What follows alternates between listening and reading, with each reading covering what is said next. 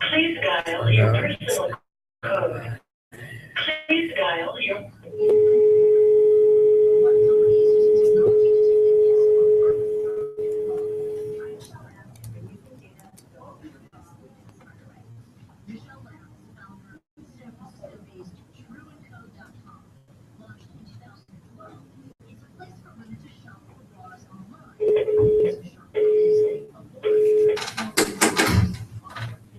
Hey, have you guys loaded data on the modems?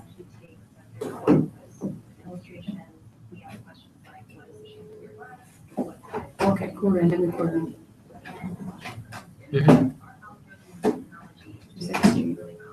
Yes. Hello?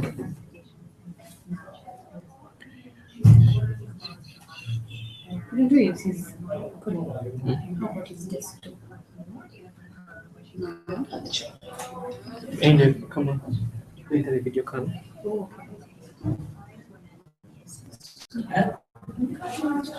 Testing. Hello? Hello?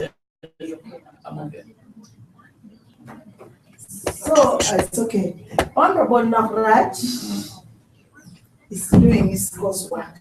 If he doesn't come over today, then he's going to fail. So he's not joining us. No, it's okay. And besides, he doesn't know what we are going to talk about. And I also say, we also don't Yes, actually, this is the better lighting because there's So I think Honorable will have to sit facing this side.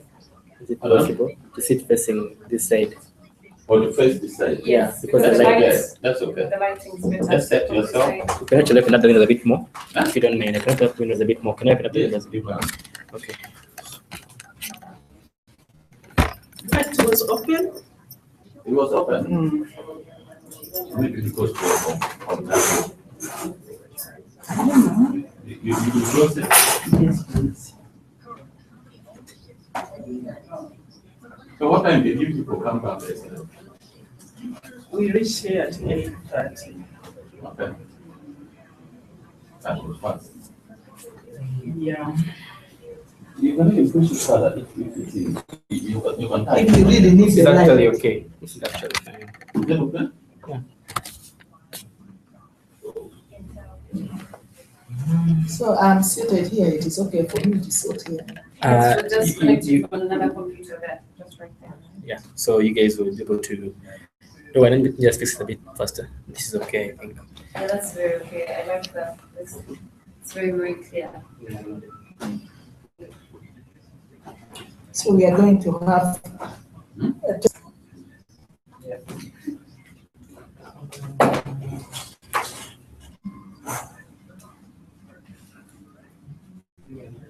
I don't know. I don't care calculating for this one. Here, but here, I don't encourage you. No, the one that he did. You got one that did. No, it just came straight to my Google Classroom phone. Tika da wani tun da mai ibal gin da ibal pati da And then, yeah, you did them. kila dia. Okay. Bata bal. After all banana queen da. You know, I'm anyway. What if you talk to him approaching and no,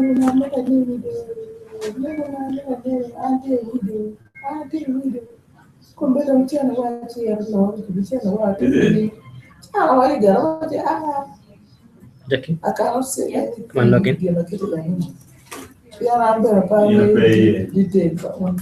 Yes. So we sorting out ndio gani kama pala da nyewe beri da MP the municipality. So to me yeah losing now. No, and ground from prayer. Just one day for the dates. Now what all of it here. Let's can call ya but you magene do betie it unlock tiene gitiana analog which the bank And has the failed. problem. Yeah. The bank has failed. Has it failed already? To me, yes, to me really. The analytics struggling, you know, couldn't that one of our 10 and a good million. Cada mire ali mia chiel mano la tiana no ki Charlie University ali mia chiel timo. Yeah. So ana what you ana dagi ana dagi more one something. I cannot say anything. Try check your social. Politics, a very business. They will make business, very politics. Actually, you know, Just scroll down. Press on that click thing. Click there. Okay, what I did first. But I think Amber, for all these years, by the way, in following this program, most of them, even before he became a member of parliament. We get in town. And I remember when I was a program, he was very amateur. Last year, Deputy Speaker. Deputy Speaker can represent the president. The previous year, he was representing President Carl. This guy's thinking trying to So, install plugins on this thing. MP will be down there kabisa bana. Wako kwenye position bana. Friend farm small loss leader. Leaders go to our Just take a while. You see, it is like someone got to be down completely. Yes. I don't know if my budget lasts an hour. Pardon? So I'm just telling you. I'm like at 44%. Memory.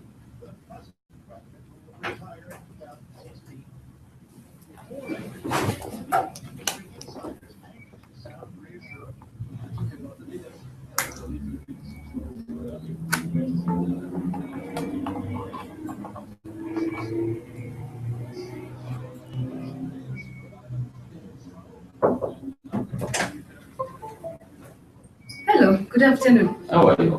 Fine, thank you. Where have you been? Trying to manage this crisis. I thought you were locked up Huh? at the embassy. No, I was, yes, I was trying to manage it. I wanted to come and see how it was going. Colin, how are you doing technically? We're fine so far. Waiting for that guys to join in. Then I'm trying to set up a The new. thing looks good. Yeah, it looks. Lighting is good. Good afternoon.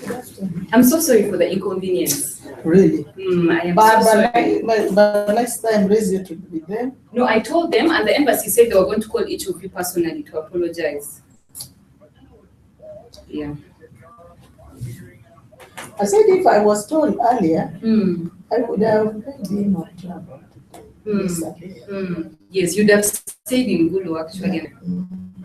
But I thought launch, then we come and participate with my colleagues. You know, we're also very disappointed. We've over-prepared as well. Yeah. So some of the things we're trying to manage is trying to call everyone and invited to Jackie. council. Jackie. And then there were refreshments and a meal we had organized, so trying to figure out who's paying for that and what. And then we changed the program as well. Yes. To see how we do it. Yeah. So we're trying to manage. Because when I called Charles Mambusha was already on his way there. So let's see how it goes. Have you called them? Yeah, I've just They called. should be starting the next Actually, try meeting. and Have they call. connected? Call Gilbert and ask him how far. No, it's okay. Okay. You.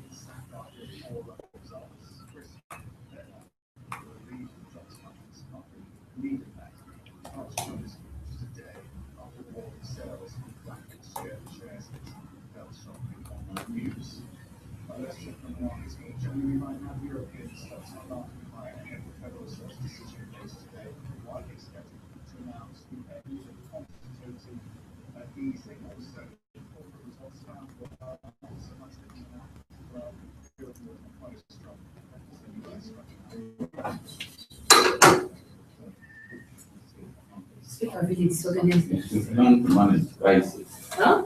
They are managing it. This is us trying to manage it right now. Because we realize now if we cancel, it would again be bad. Because this work, It's about crisis. And how to manage it. At whatever level you can come. You're right. Because, for example, one would have wanted to say, now, why are US and embassy for powers? To screen people, allow them to enter in. But you see, for them, they're looking at it from a different point. They think that somebody can even use that internet thing to blow you up. They're too paranoid. So, for them, they don't take chances. Yes. This is us trying to manage it right now. Because we realize now if we cancel, they get feedback. Hi Gilbert, how are you? Are you guys ready? On this end, we are set and ready. We are set up. He was given one laptop connect to show all the students and when there's some questions, we're going to have only one sharing all the. I think now, is it possible to use only one camera and one computer?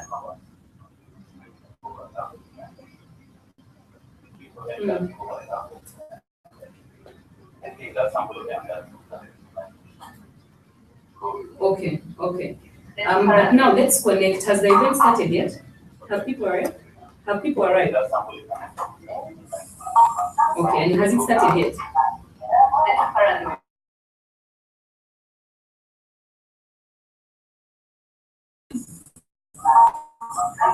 How are you?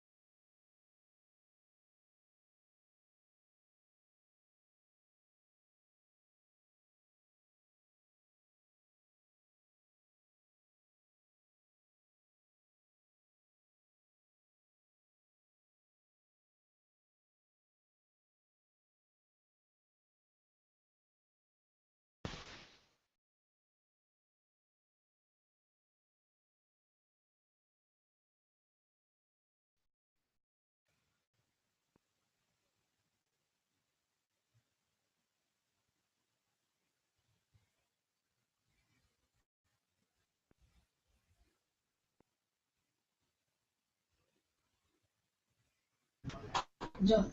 Yes. Can we broadcast the name? And it's already fine. With live so people can see? Yeah, but not yet. Hello, really? Have you loaded data? On which modems have you loaded?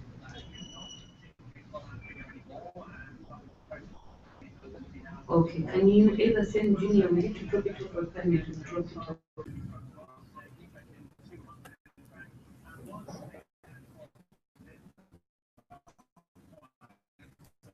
You come. When you come, call John. Better charge it. Do you have a cable? Charge this way.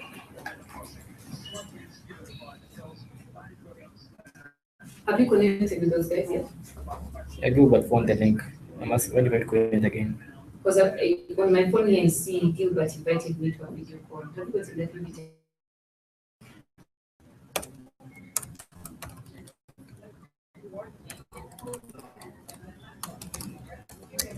Actually, your phone won't work. My phone is what? Your phone won't work well.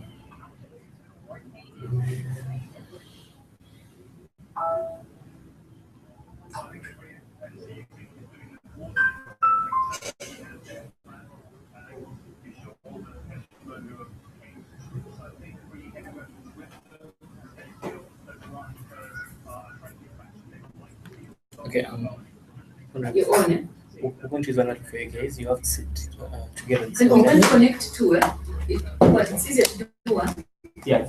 Because I want to sort of have from here. Yeah, also share with students accounts. Yeah. Okay. It's much easier and there's less bandwidth.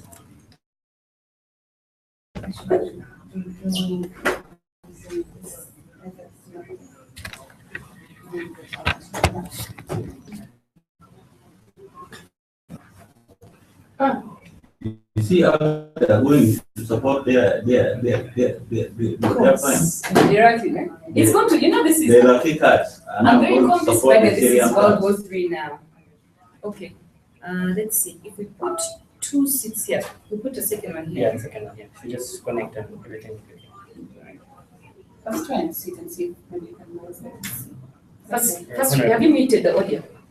Mute the audio.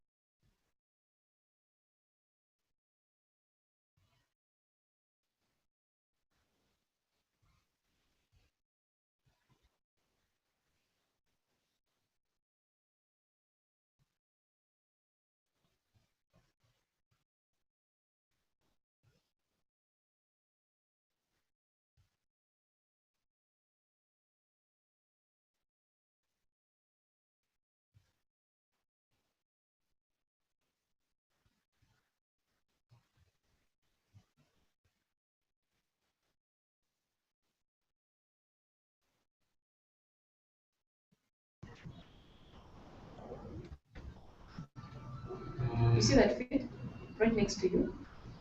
Yeah, this is Gilbert. Let me see. Okay, so this is it. Even people haven't yet come. But now, Mm. you see that light of that door. Yeah, They'll have maybe to I will close that door. cover that with something. Maybe code like that. We haven't yet broadcast this link, eh? We haven't yet shared it, eh? Not yet. Okay. Let's see. Unmute. Gilbert, can you hear us? Yeah, I can hear you. What's the volume? Can you hear me? Hi, Gilbert. Yes. Light coming from behind you. Is it possible? But that's the entrance people are using. Is it possible to close that door behind? People are still coming in, but we are going to change as soon as they get settled in. Okay, Yeah. so how much time do we have? Because our members of parliament here are ready. Could you give us extra 10 minutes? We should be ready by then. Where's Isabella? Isabella is out for 5, but she's coming. She's gone to the bank. All right, let's wait. Okay, let's wait for you. As soon as you're ready, let us know so we broadcast it live. Eh? We have a group of people waiting to watch this thing, and we are taking too long. Okay. All right.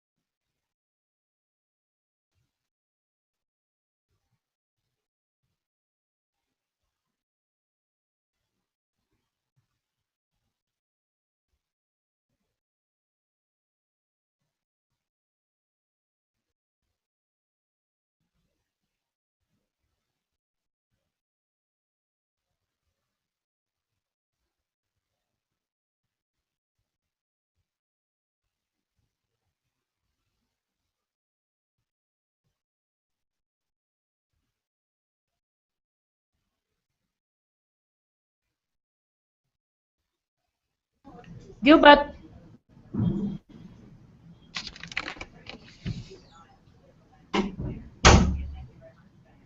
Hey, Gilbert. I think they've muted their thing.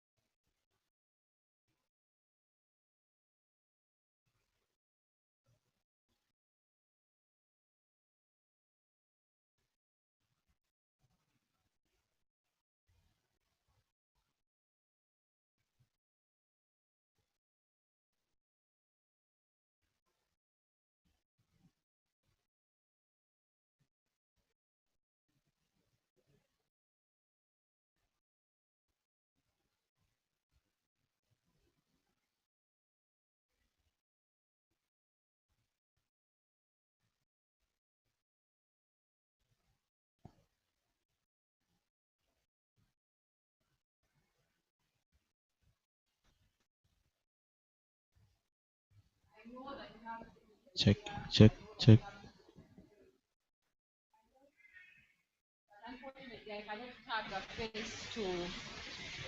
To a title, so I do not want to mess up with titles and so on and so forth. So I will greet you all in your respective capacities. Okay? And good afternoon to you once again. My name is Akiteng Isabella. And before we officially start this, it's an online thing, so it's not going to be your usual workshop or your usual dialogue. So before we start it, I'd like to officially open this session with a word of prayer. Look willing to pray. Let's have ourselves and we pray. Heavenly Father, most gracious King of glory, we honor and glorify your name. We thank you for protection, thank you for your guidance. It's at this time that we really glorify your name, my Lord Jesus, that if we are going to effect the program, may you send your Holy Spirit to come and guide us, whatsoever the information that they're going to deliver to us, so be put into practice and be beneficiary. I pray all this in the name of the Lord Jesus Christ. Amen. Thank you very much. And at this juncture, we have MPs in our presence, although they are online. So I'm going to ask that we stand up and sing the national anthem because we are dealing with state issues, but also because we are patriots and we are citizens of this country. Yeah.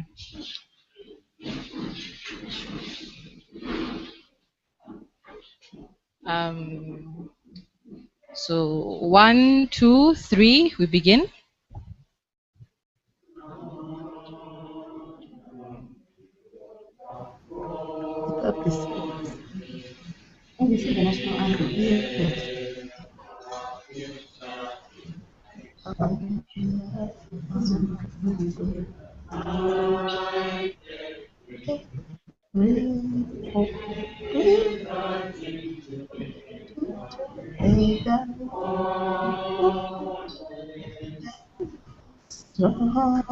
Thank you very much. You may take your seats. I'm going to have to relocate so that the MPs can see me. So I'm not so sure how this is going to work. Maybe I should stand in this corner. So once again, my name is Akiteng Isabella, and I work on this project with an organization called Parliament Watch Uganda. And just a brief history of where this project came from. Parliament Watch Uganda is an institution. Please don't mind them. They're also still testing their equipment. But Parliament Watch Uganda is an institution that was started to basically follow up Parliament and what it does. Because at times when parliamentarians go in there, all you know is that they are very busy and we can't access them. At times you don't know what they've talked about. At times you can't follow up with them on what they have said. And that is why Parliament Watch was formed as a civil society organization that tracks work of Parliament. Okay? So Parliament Watch is more or less digital. And so if you want to follow up with what they are doing, then you need to sign up to either Facebook or Twitter. What they do is that they follow committee sessions and even plenary sessions in Parliament minute by minute. So they update you on everything that every MP says in real time. Okay? So every time there's a committee meeting taking place in Parliament and you're wondering what the committee meeting or what is happening in that committee, then just go on the Parliament Watch Twitter page or the Facebook page and you will be updated in real time on what is happening in Parliament. Okay? But as time went on, we had conversations and we decided that updating the people on media or online was not enough, and that is why we decided to start up this project that brings Parliament to the people. Okay? So this is a one-year program. We call it the Digital Outreach Program, and it's being piloted in Gulu as a district. So we are going to be doing this sort of interaction in Gulu for the next 1 year till August next year. We're going to be doing this till August next year. And in Gulu, we are working with Bosco Uganda, who we are very grateful have offered us this space and their equipment to be able to actually have this activity. In Gulu, we have 2 digital dialogues that shall be taking place in this 1 year. We have what we call the Youth Digital Dialogues, and the Youth Digital Dialogues are basically interactions between the MPs and the Gulu University Students' Parliament, who happen to be in our midst today. Also, the second one is what we call the Community Digital Dialogues, and the Community Digital Dialogues are going to be held between the MPs and different communities that Bosco works with. Okay? So Bosco Uganda has different sites in Gulu, and we shall be rotating in those sites. Some of those issues shall be specific. For example, we know that one of your MPs, Honorable Betty Awolo Chan, has asked for a special sitting with the women of Gulu. So there'll be an online digital dialogue just specially for women in Gulu, and Honorable Betty Awolo Chan, and that will be communicated later. We approached all your MPs, that is Honorable Achire, Honorable Jacob Olanya. We approached Honorable Betty Awolo Chan and Honorable Regan Okumu, and all of them were willing to be part of this. For today's digital dialogue, we are graced with the presence of Honorable Betty Awolo Chan, and you can see her, and she can see you, by the way. So you can actually wave to her, and she can wave back while we finish. We are also graced with the presence of Honorable Regan Okumu, who is also with us. Can we see him? Okay, yes. Who is also with us, and you can wave back. Parliament Watch does its work in a way that every week they develop papers on issues that have been running through Parliament for that week. And so it's those issues that will be forming the basis of the conversations that we will be having with our MPs. This particular discussion is hinged on local government accountabilities because there's been a lot of questions around local government accountability. So today, we invited students from Gulu University, we invited your MPs, and we also invited some of the local government officials to come here so that we can have a holistic discussion on some of the queries and issues highlighted in the different audit reports that have been released in this country. So I want to thank you for coming and gracing us at this event. We cannot wait for the other district officials, but they will find us when they find us because this is digital and we cannot wait for a very long time. I'm told that the speaker is around. The speaker of the I would like to ask that you actually come and sit at the front because some of these issues, actually you, and then there's also the speaker of Gulu district. This is the speaker of the Gulu University Students Parliament. And then we also have the speaker of the Gulu district local government, and we'd also like to ask that you also come to the front because some of these issues are actually very pertinent to you as a person who holds that office. At this point, I would like to hand over to Irene. Is Irene on that side? Irene, are you ready to start? Irene? Irene will be here. Just give about 2 seconds. Okay. Again, this is a launch, and we would like you to be patient with us because we are trying to go digital. Okay, so that we don't spend so much money traveling for workshops, but so that we can actually have some of these workshops here, right at home, okay? So for those of you who have access to the document, and I do not know whether the speaker has access to that document, I think the Gulu University students took all those documents. I would like to ask someone to surrender their document to the speaker so that he knows what we are going to be talking about. And for those of you who don't have access, please ask your neighbor for a copy of that document. That document basically looks at the Auditor General reports for 2005, 6, 6, 7, and 7, 8, and it highlights some of the queries that were put across by the accountability committees. It also documents the responses that were given by the accounting officer at that time. I don't know whether he's still the same accounting officer, but it documents the responses given by the accounting officer and also documents the response given by the accountability committee. One of the reasons as to why we were passionate about discussing the question of accountability as Parliament Watch is because at times accountability is very much distanced from the actual people who enjoy what that service is supposed to offer. So if, for example, there was money meant for 2 roads and that money was not accounted for or it was receipted in photocopies, I think it's only important that the people are explained to why the accountabilities did not meet the minimum standards of the government of the government provisions. And at this time, I don't know whether Irene is ready so that we can actually start this conversation. Irene?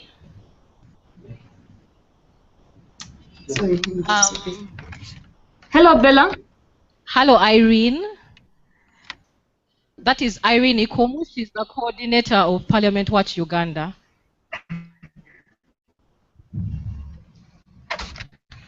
Good afternoon to you. First of all, I'd like to thank everyone who has come out to join this dialogue. I'd specifically like to thank our honorary members of Parliament who are committed to this conversation and are very excited to be part of the process, to interact with people in the constituency over the year to see whether it's feasible, so that even though members of Parliament are busy in Kampala or busy moving around and doing work, they're still able to have direct communication with constituents in their districts and their constituencies.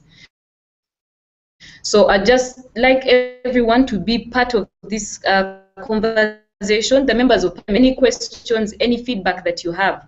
So let's open this discussion and use this opportunity, which doesn't happen very often, to have members of Parliament and have this discussion. I'd like to hand over to you to moderate, and I'm very excited to hear what the people there.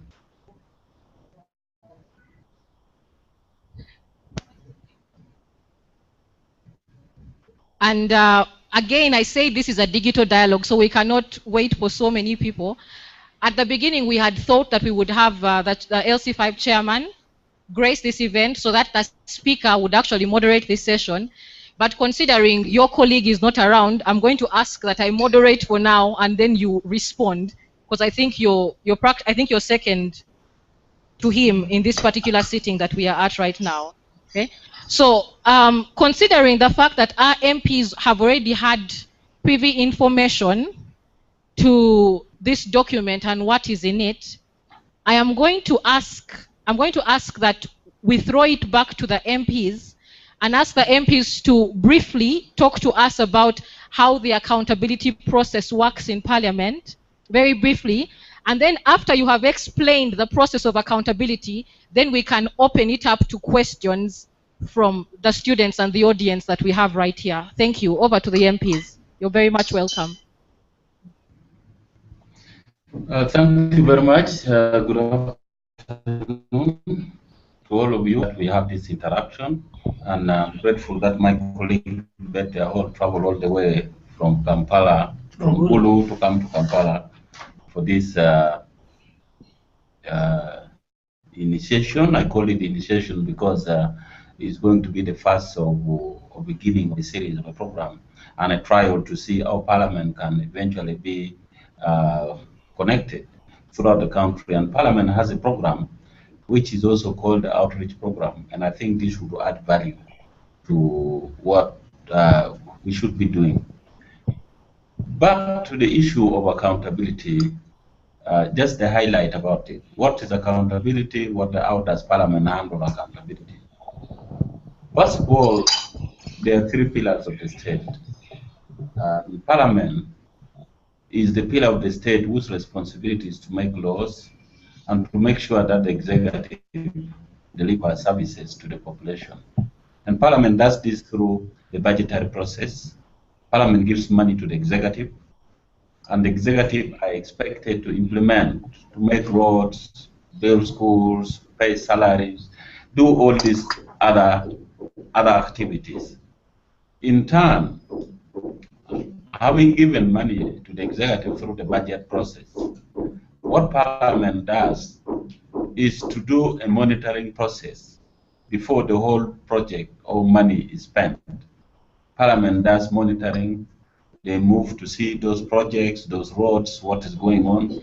They ask government to come to Parliament to update them, to tell them what government is doing, how far they've gone with the particular implementation of the project, and where there are challenges, the salaries, people are not getting their salaries. Parliament calls on the executive to come and explain why the salaries are not being paid, and sometimes directs the executive to effect. Sometimes Parliament also moves motion to make executive move.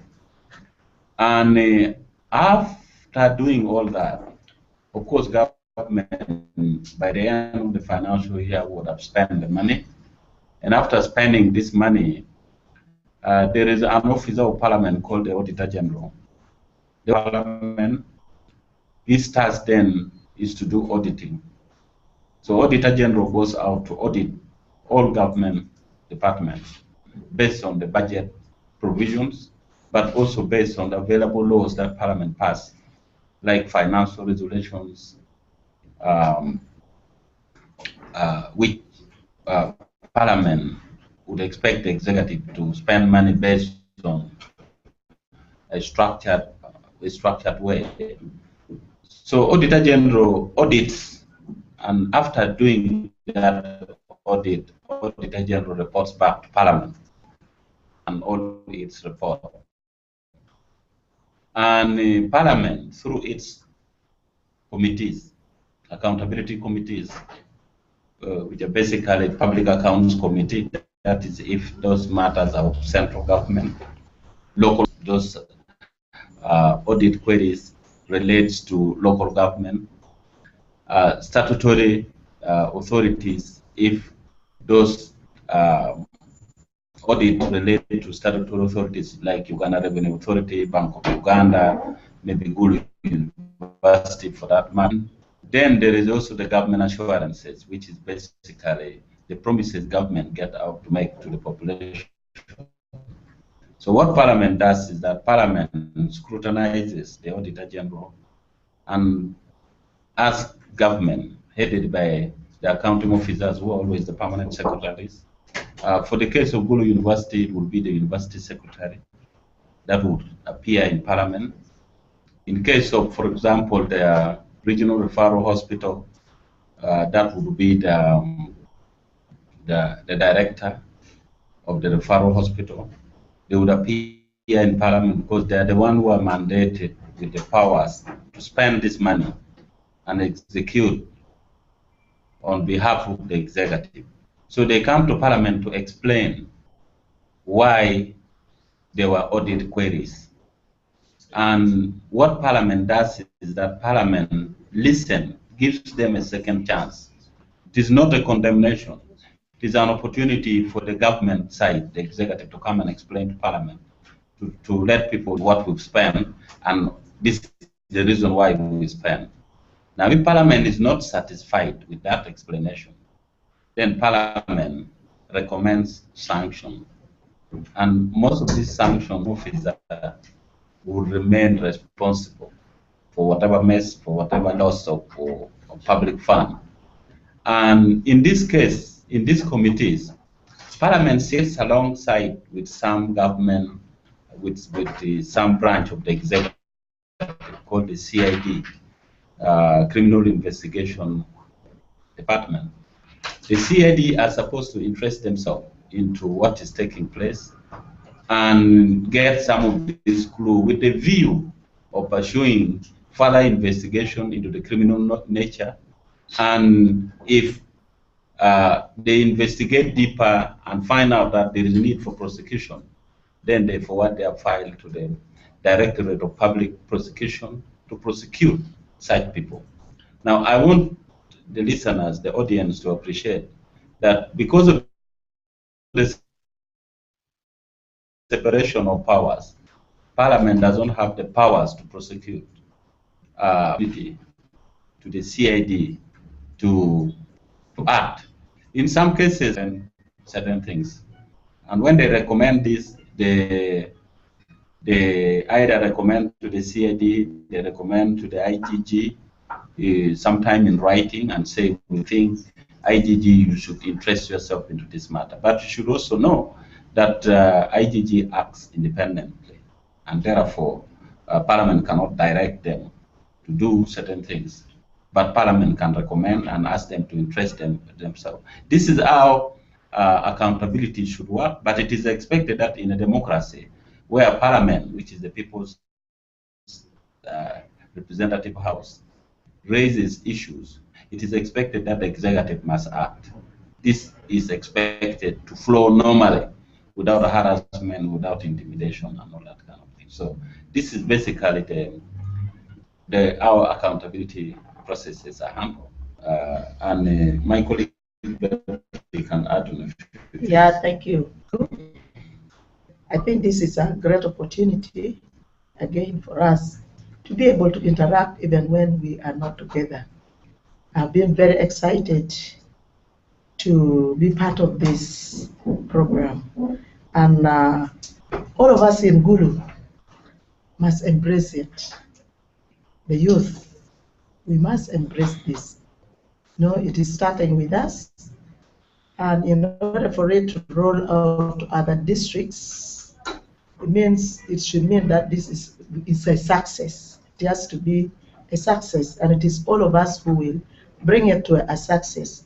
If we really value it, then this is where we are going to interact more. I know that sometime last month, we had also an interaction, which they call Baraza, which involved categories of people. This was also for accountability, public procurement, accountability, which is also another one. So this one will add to it. We will receive your questions and be able to respond accordingly.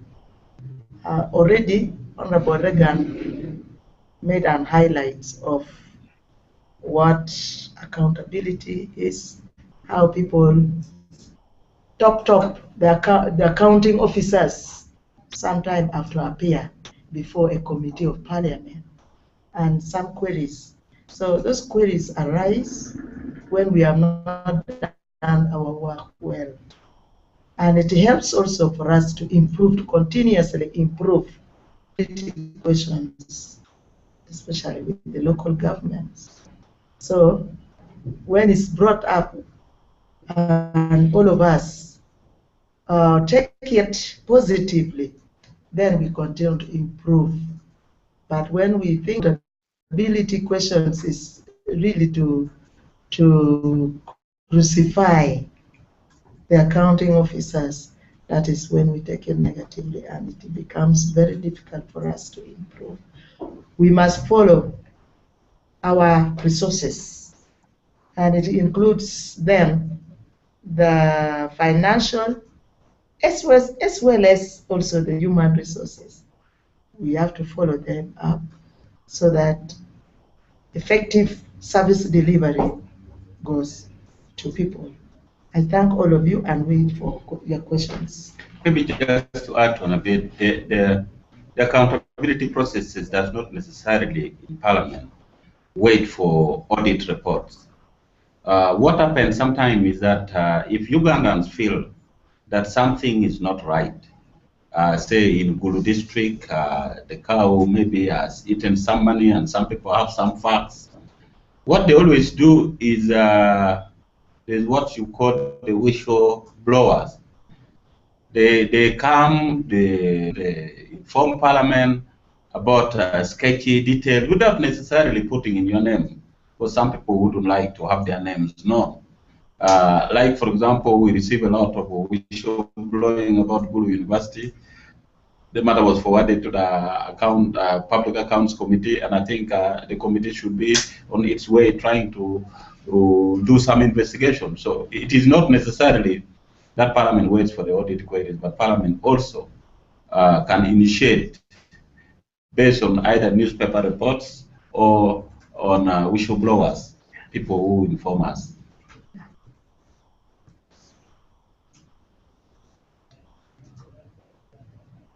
Thank you very much. And at this time, I'm going to open it up to the audience.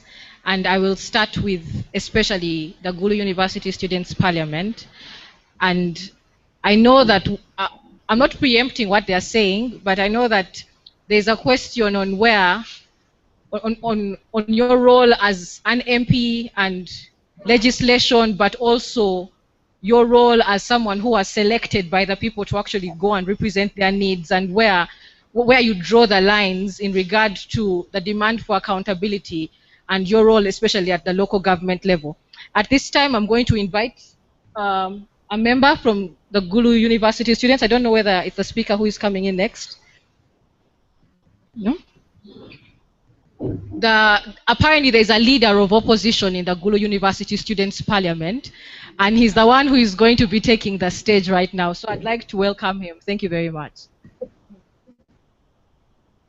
Leader of opposition, Gulu University.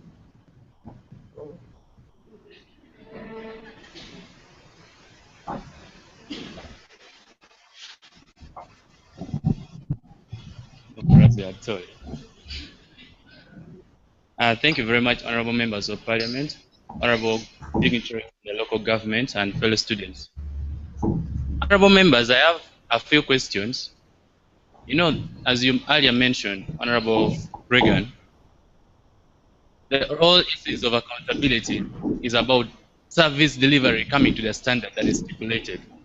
Now, I want you guys to tell us, as the local people, who are not exposed to these documents of discrepancies in accountability, how should we access them? That is one. We have even seen in the local communities that most of the government programs do not really reach the people because we don't know about them. Because the local government does not tell us anything. All that happens is in the council, councillors sit, talk, and that's the end of it. Now, how do you monitor things done by people who do not tell the very people who are supposed to access those services? That's the first question. My next question is, I've gone through this report. It's a kind of a draft. It's not the real answer. But now the issue is, how would the committee write off a discrepancy in accountability without recovering the losses? For example, we had an amount of about 2.7 million shillings written off as bad debts. I don't know how a local government would write off money meant for the public as bad debts, as if they do not know how those debtors were acquired. Unless we are telling the population that they are not serious on their jobs and cannot follow up their responsibilities to bring back that money. We must know that as we lose money like this, the services will keep deteriorating. What is the role of the MPs in following up this? If you just sit there, wait for these reports and write off these dates, down here, service delivery is not to par. And there's nothing we can do about it because one, as I earlier mentioned, we don't have access to these documents, and two, we don't know what to do. The next thing you will find on the streets of Gulu, Honorable Betty, is if you tell us we become whistleblowers. We all know there is political defamation and everything. We don't want to become enemies with our very own local leaders. We have seen several fights within the council here. We have heard stories, and now if we bring issues, for example, if we begin claiming so and so has eaten money, sincerely speaking, that's a very bad word to use on a fellow actually in the land here. Yet we all know that what you guys are striving for there and down here is to see that our land prospers. We are not to point fingers. Why can't we have the stipulated policies of accountability and monitoring processes take place? For example, we had something in the report like certain procedures were not followed in procurement, and suddenly the honorable MPs in the committee just write off like we have cleared and we therefore drop the query. Why can't we make the local officials follow the very rightful procedures every single time that they go through contracts? That is the way to go. I don't think we have people are perfect, but we know if we elect you, we know you can do it. Why can't you tell them to do that? That's the question that I am leaving the house with. I'll come back later. Thank you. Thank you very much. We are going to take a batch of questions. You said you're coming back. I haven't introduced myself. Oh, okay. But sometimes when there are more important things, you even forget your identity. What's the name of the leader of opposition? I am the leader of opposition, Gulu University Parliament. He's called Ongom Fred. Thank you. Thank you very much, the leader of opposition. And at this time, I'm going to invite another member. We'll take a round of questions, probably 5, and then throw it back to you for responses, and then come back. But before I take the next question to the MPs, I would like to recognize the presence of SP Okoya Martin, because he talked about the police, and I remembered that we have the support of the police in our midst. And I hope that at a certain time, he may come and talk about how secure you will be in implementing the Whistleblowers Act. Thank you very much. May we have the next member? Yes. We are going to have the guild president. He's actually on his way to make his remarks. Thank you.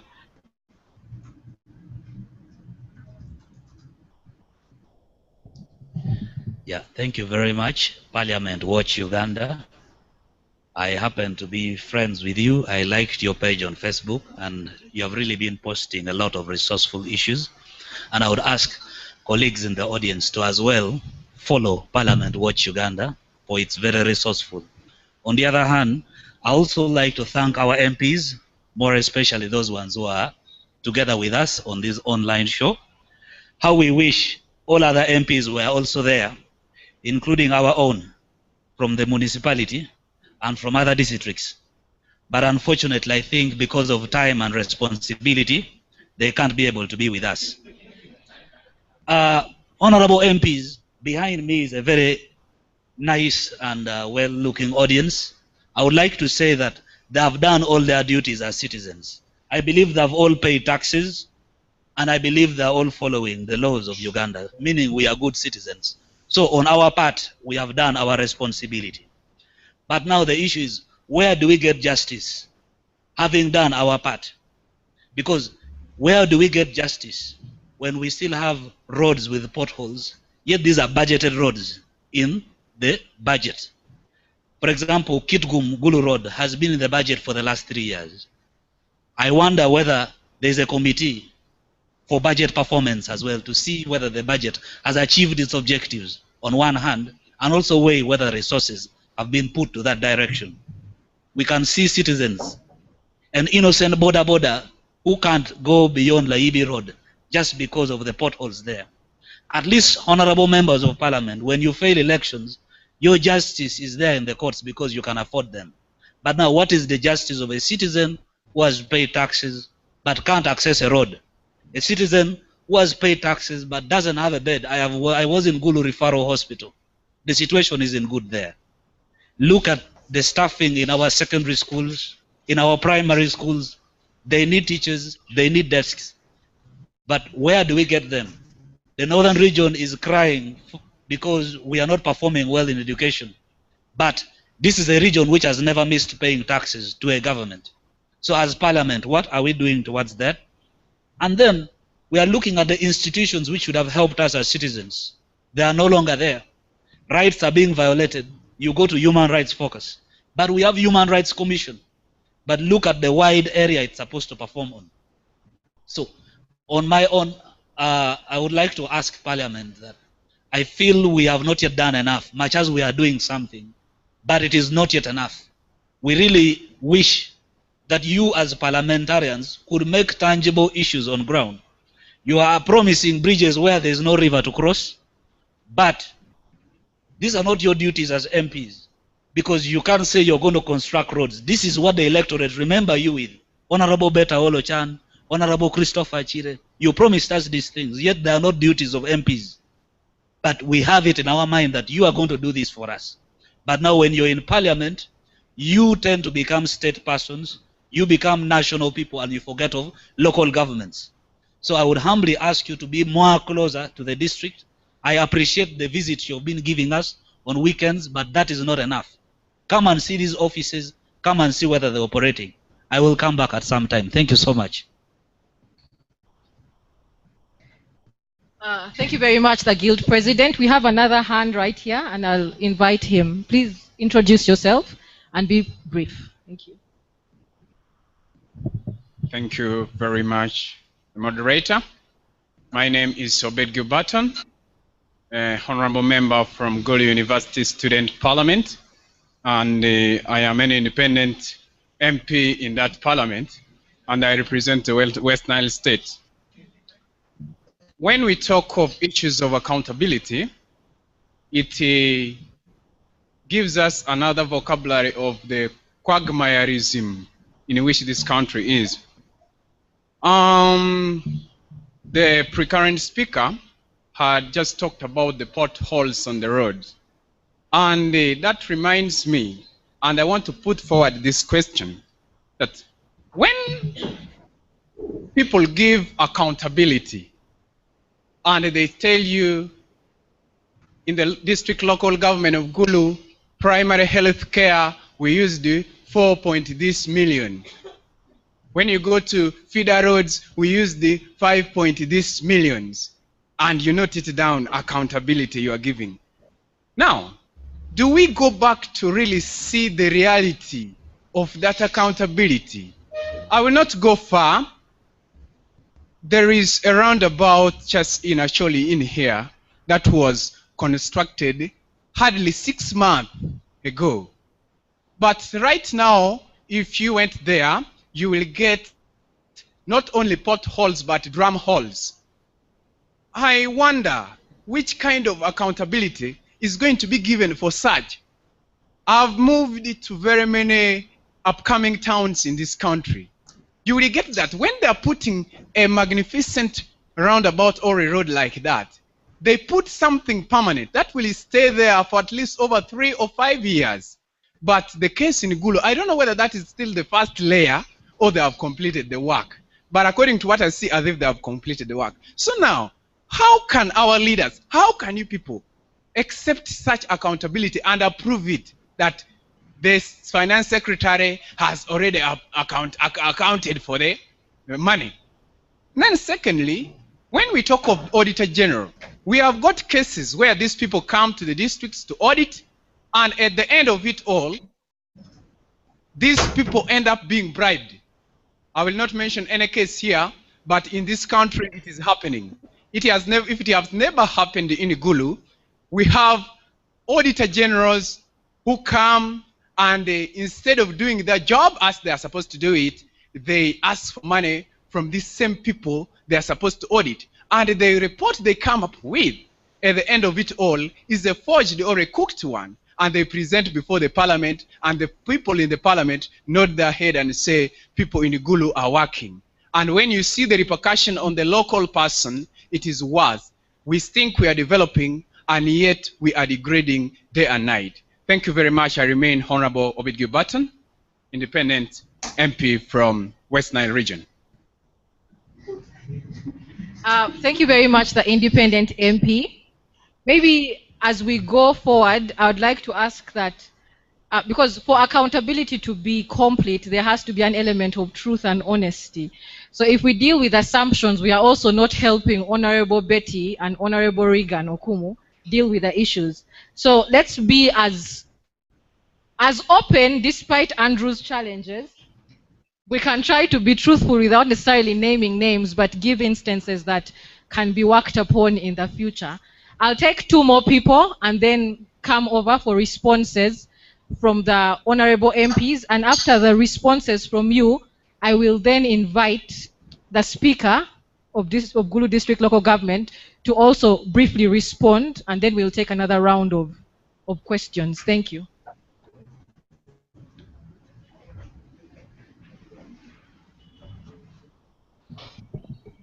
Thank you very much. No, people with high tough challenges. Thank you very much, everyone. I want to be brief according to what our dear honorable MPs have said. My name is Moses Nkesiga. I'm a member of Everywhere, even the Students' Parliament. But I consider accountability in many ways. It's only that for this case in Uganda, accountability is seen through the money being accounted and receipts being present. But honestly, as MPs, I know they are very busy, and I appreciate that work. But when you see only 2 MPs even appearing here, I believe even those ones who are absent with this chance, they are already failing accountability on their side. Which I want us also to take back. I believe the MPs have better information than a local person, considering the era we are in. People are getting civilized at the moment. Lucky are those the MPs who sit in parliament and know everything. What we know as citizens, the moment a financial year is passed and 20 million is given to the local government, we expect to see roads. At least good roads. I know MPs appear once, yeah, they come, some of them. But when you come here as an MP, which initiative have you taken to consult the people? Because I see many roads. I've been in Gulu for 4 years. But luckily enough, finally, they are working on that road that my colleague was talking about.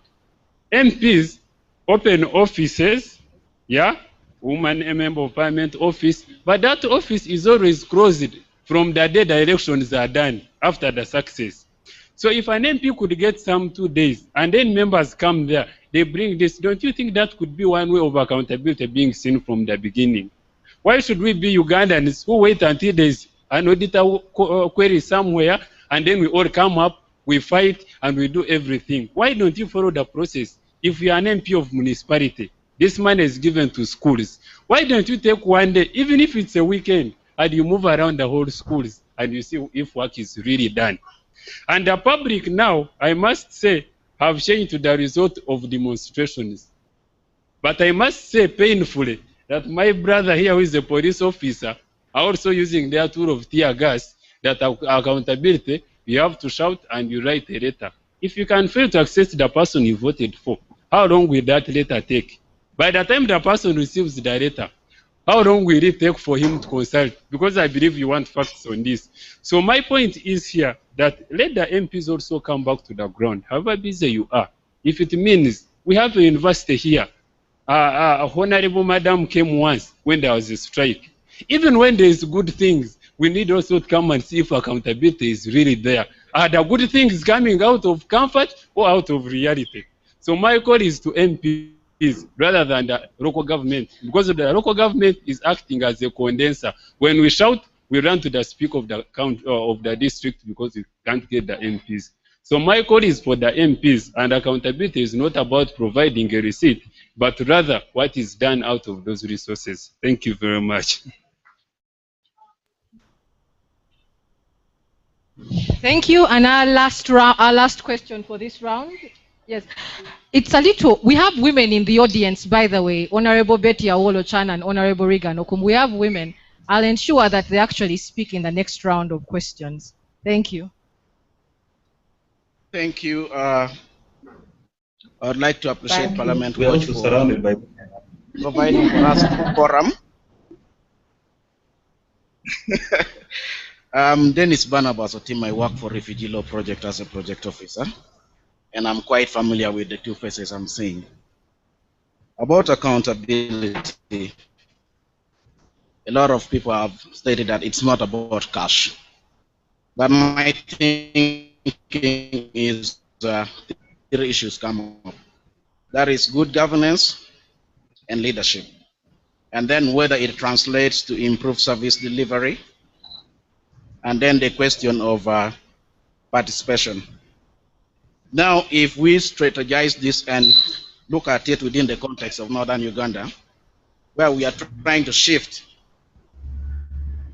from a state of violence to looking at sustainable peace and stable democracy, we need to ask ourselves a lot of questions.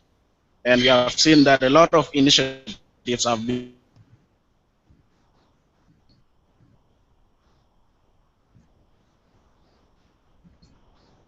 is the PRDP money, especially PRDP2.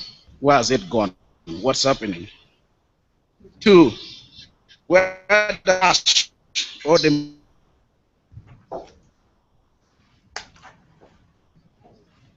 and then the last one is this should be probably like a strategy to inform you people.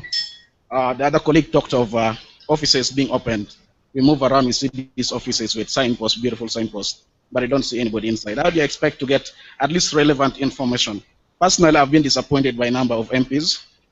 I remember one time sharing with one, I'm not going to mention the name, about key challenges facing recovery. And I mentioned issues of SGBV. I talked about issues of mental health and alcoholism. And to my frustration, the person told me, I am aware of it. And the other next answer was, I'll get back to you on that. And nothing was done. And these are serious problems that are affecting our societies. And it gave me a wrong impression, and I'm like, okay, these are the kind of people we send to represent us. Where is the representative democracy? Do we deserve to have some of these people represent us at that higher level? So there are a lot of questions regarding the issues of accountability, and to me, I think it's not only about cash. It's all about having some transition or transitioning from just the hard cash to improve service delivery, engaging the community, and then all issues of good governance. And it starts with you, and it starts with us. And I'm happy, at least today, we are sharing with you people, and I pray you continue having this forum with us. Thank you.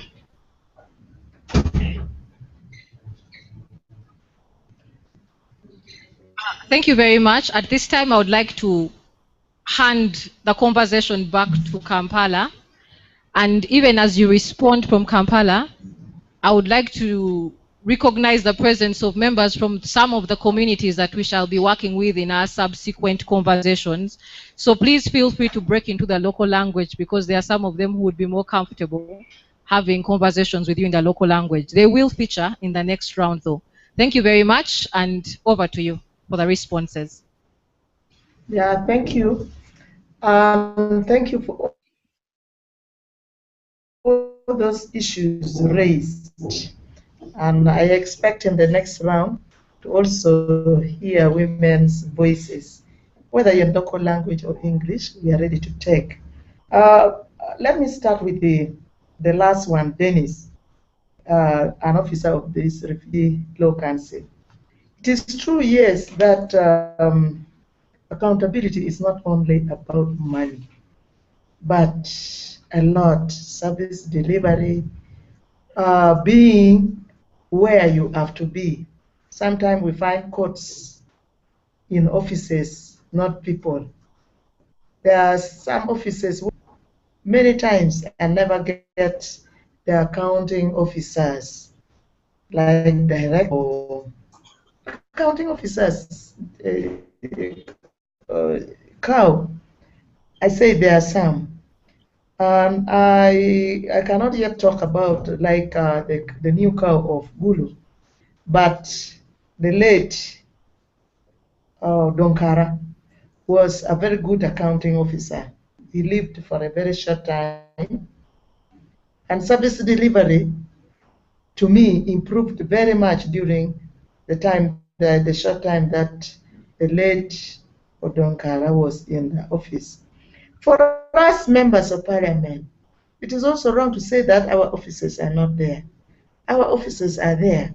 I was first on Acholi Road, opposite Terramont, and I have two people who work full-time in that office.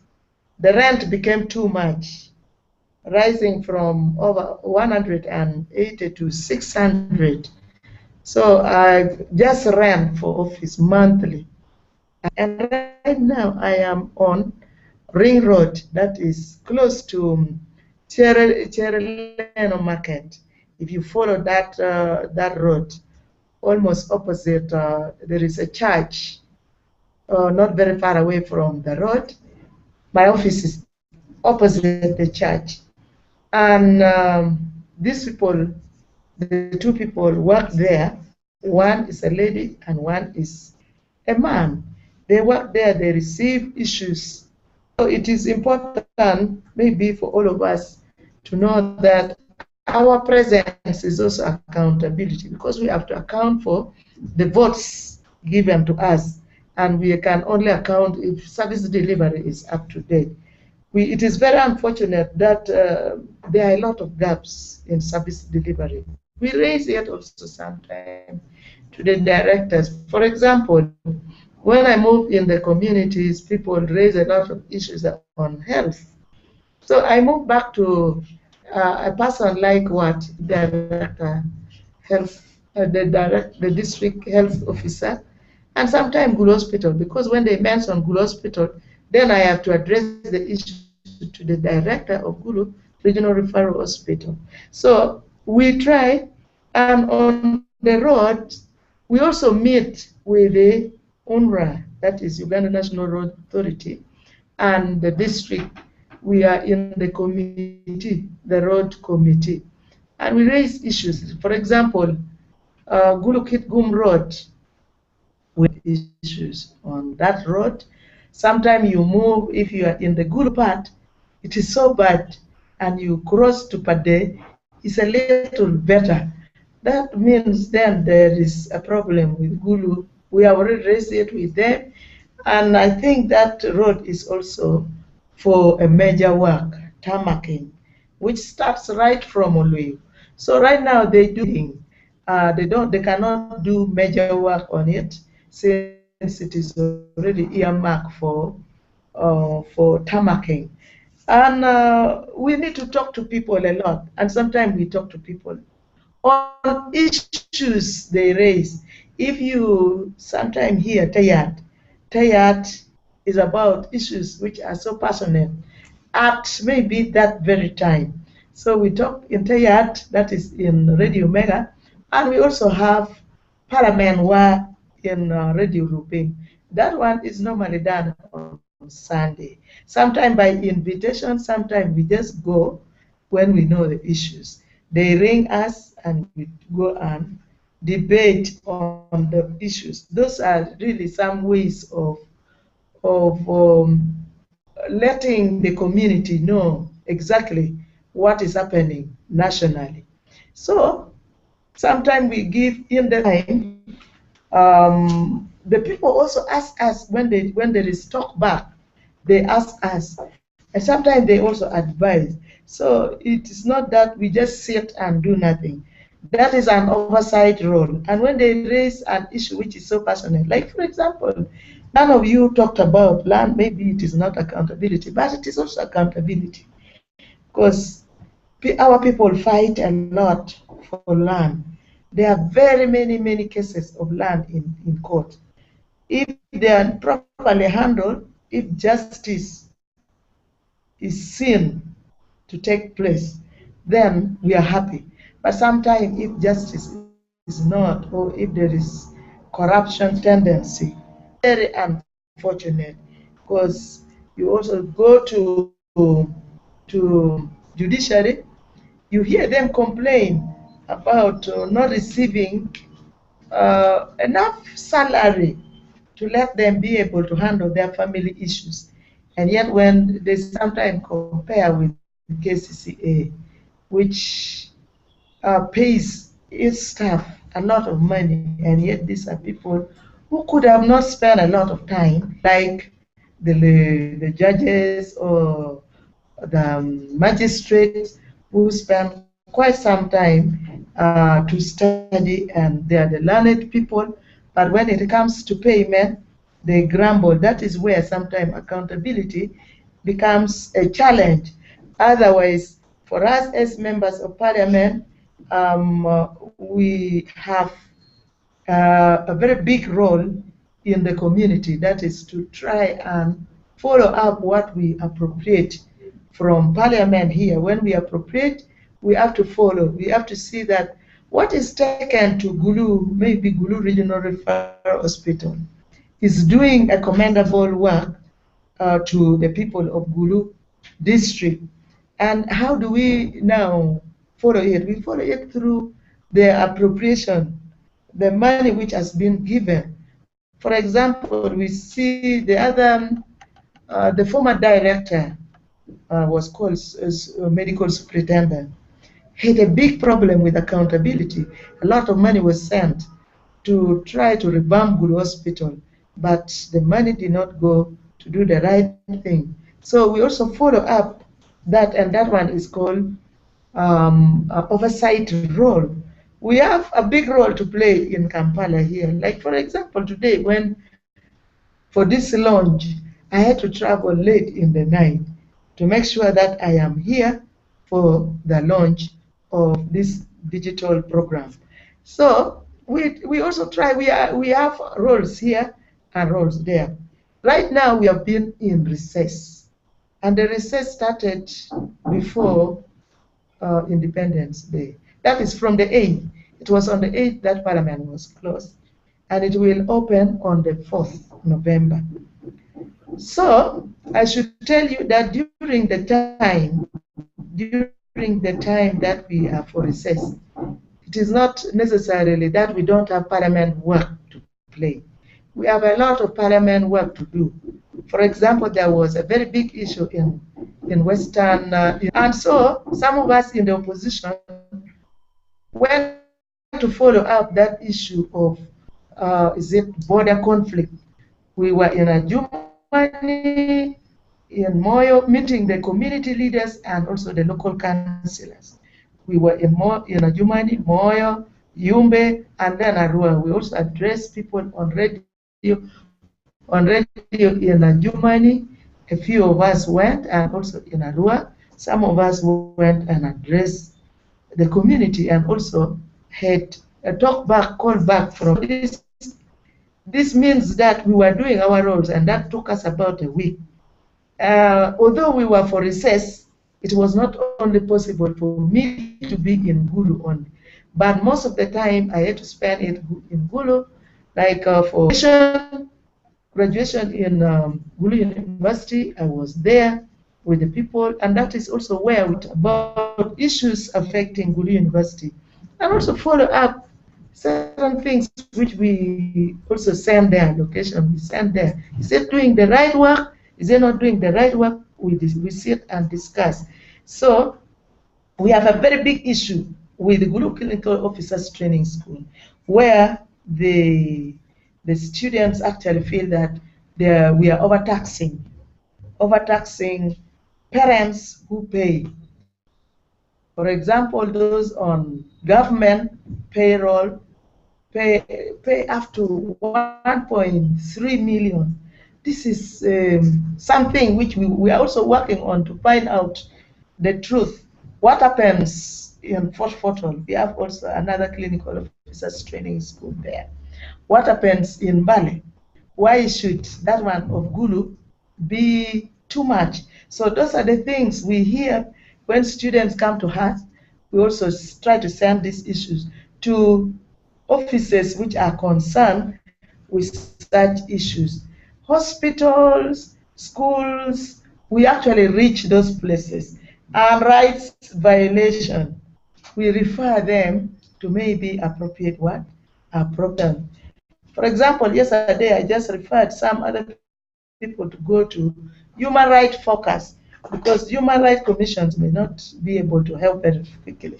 So I said, you go to human rights focus when there are problems of what? Problems of land grabbing, which was very big. Then I told them, you know, because of limited time, I will not be able to say go on the ground and have this discussed. But first, if you have finished it with the LCs, now you can go to human rights focus and let human rights focus also advise you. And I wrote a note that please, I am requesting that you listen to these people and maybe respond to their issues appropriately. So, although it looks like we are not doing our work, but we are really there. That accessing documents sometimes is a hurdle. There are some documents which are supposed to be public documents. It should not be hidden. And then in the council also, when councillors are debating, people are allowed to be in the galleries to be able to pick on issues and sometimes raise it outside, maybe on radios. And for us as members of parliament, we are also ex officio in this. If we have a lot of issues in parliament and district council meeting takes place during that time, of course, parliament takes precedence. But sometimes we also give our time to come and be with the local council. If you request for a document in an appropriate office and for a particular reason, then you should be given. So all this, maybe where I've not said anything, like for whistleblowers, maybe Honorable Reagan can now respond to some. Thank you very much for those issues you have raised. We have three main roles. First is an oversight. You sent us to represent you here. And so we represent in parliament, and we also debate laws, and we go down on the ground to play our oversight role. And it's not necessarily only in our constituencies or our districts, but we are national leaders. We can also do it some elsewhere in Uganda, or sometimes even go outside to learn from other countries. Thank you very much. I think let me just say three things before I respond to the question. One, I think as our people, especially university students, you should know where your leaders are. It is surprising that some of you say that we don't have offices. That's not true. My office is open from Monday to Saturday. It is on Ochumi building. And I've employed graduates. There are 2 graduates, you know, who sit there from morning to evening. If they're not in, then it means they've gone somewhere. They have documents. If you are interested in reading and finding out issues about government, if you go there, you find these documents. Issues about the budget, you will go and find all those budgets by ministry, depending on which ministry you are interested in. It is an open place. It is on Ochumi building. So please let us also not just talk because try to reach out to some of these offices. Not all MPs may have offices, but for those who have, please reach out and see. And therefore, I think it is important that you reach out. My office is on Ochumi building. It has been there. If the assistants are not there, the personal assistants and political assistants, if they are not there, then mean they have gone into the field to carry on my work, because if I'm not there, my office must function. They must go out into the field.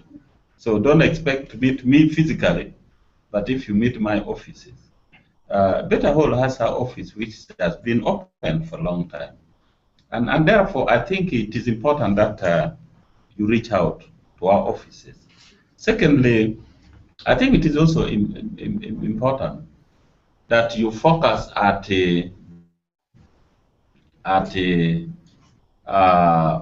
reaching out to leaders properly. Because if you meet me in a workshop and you start raising some issues, for example, if you raise me issues on mental health of a workshop, then to answer it there. I need details, I need more information, I need you to take more details to my office, or I need you to send me further emails. And in most cases, I've given my email to so many people. Even my office is connected with the internet. If you don't have access to that, you can always go to my office and you have your information sent to me. So please let us try to give information, but you should know there are more than 101 problems. When you raise the issue of mental health, you don't expect a member of parliament to address it there and then. I must channel it to the relevant government department. And you know there are many issues all over them. It's not just about mental health.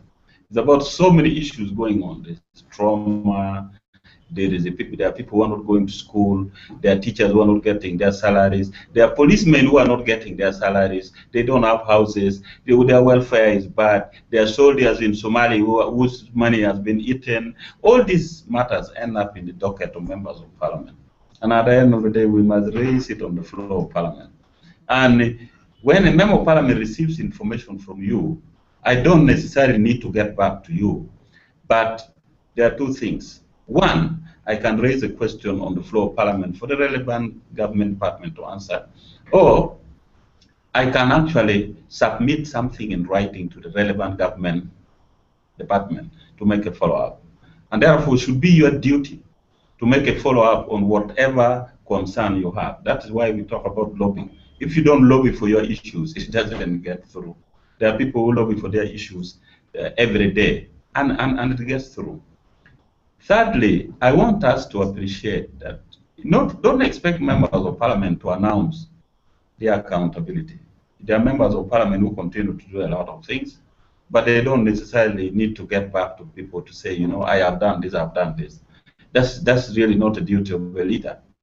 A leader must offer leadership, and sometimes part of this accountability will be paid by God. If at the time you're in leadership, you are able to offer leadership. There are so many things. For example, you talk about schools.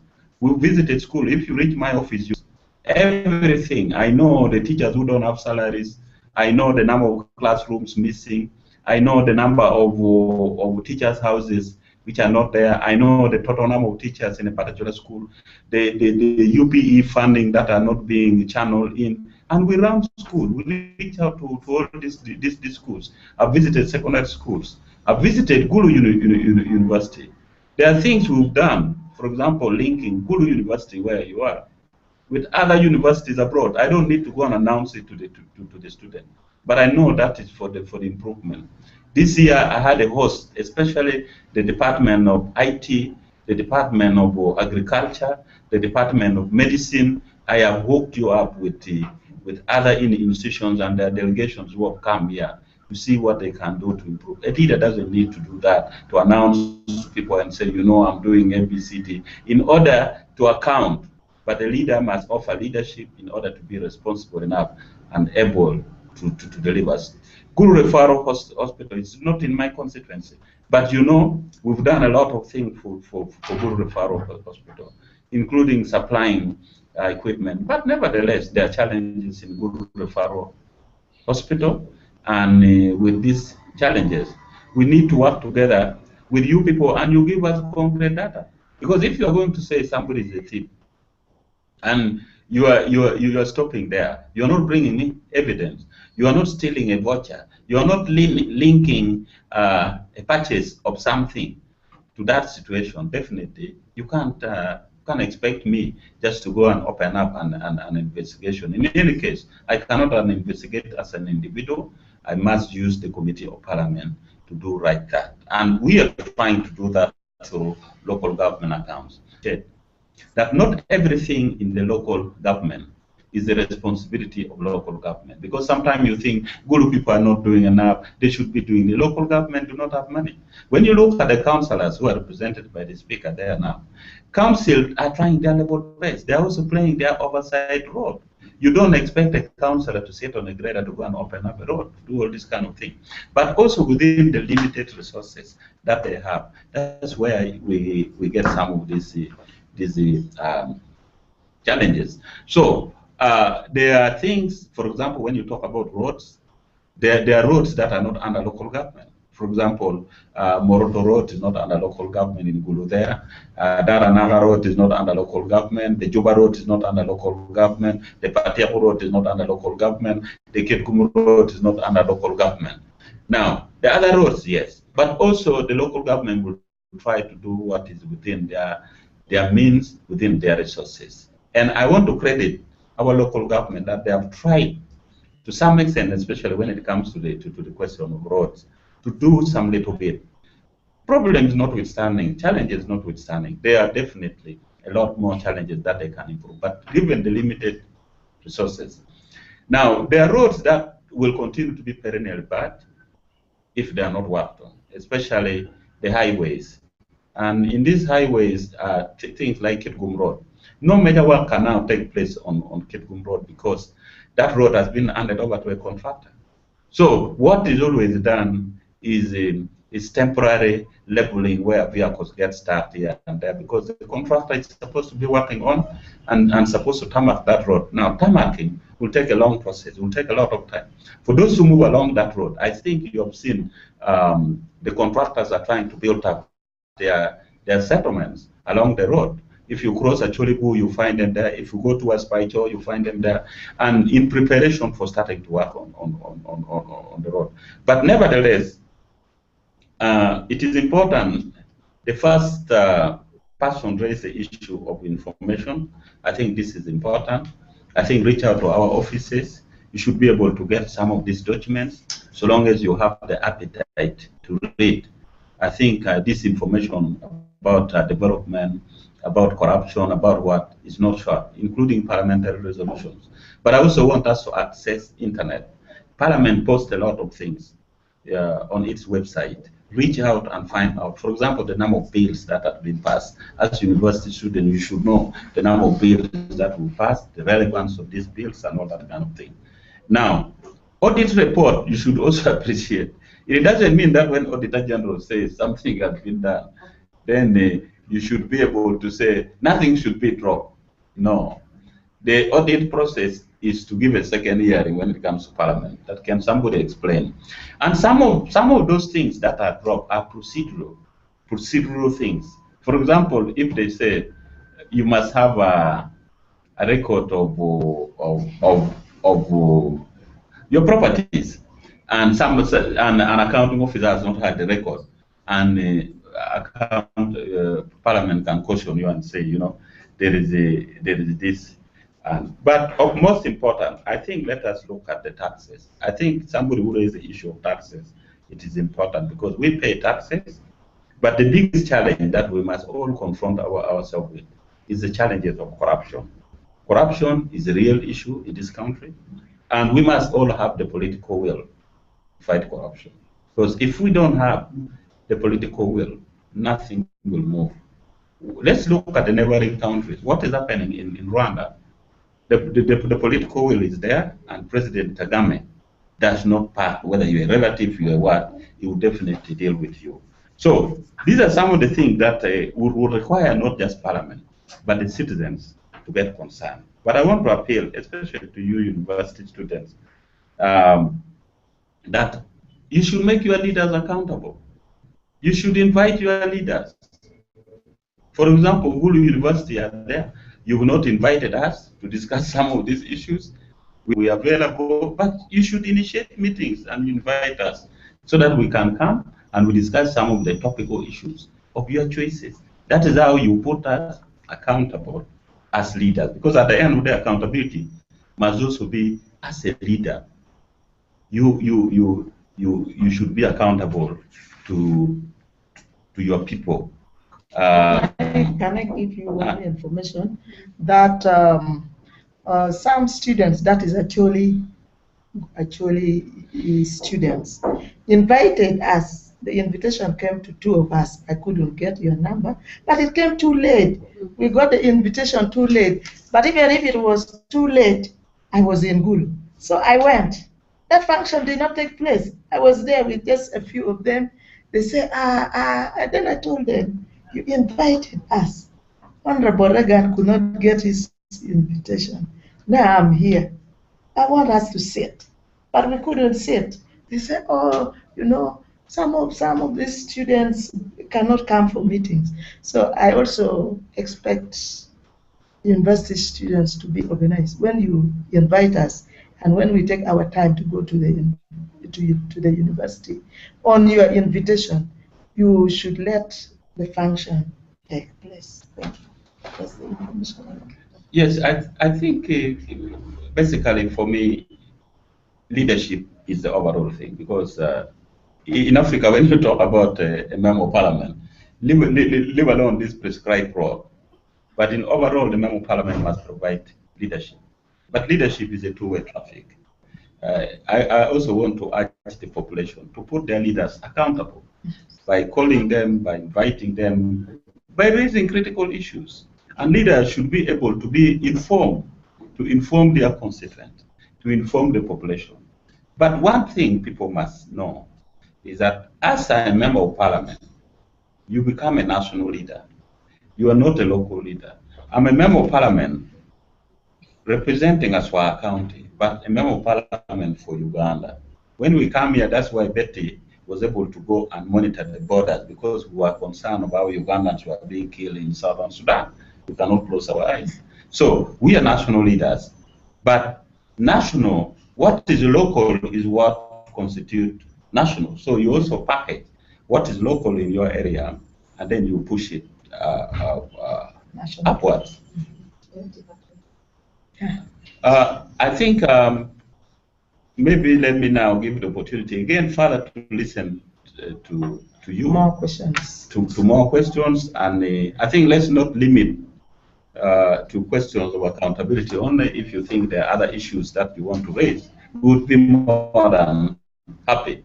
Even the women should speak. We want to hear their voices. I would request that you actually speak to them in the local language, which I can't speak, so that they know that it's okay to ask you these questions in local language. Thank you. Yeah. Gena mero wacho ke dano magetiga winyo wane mo. Chui parliament pero tela.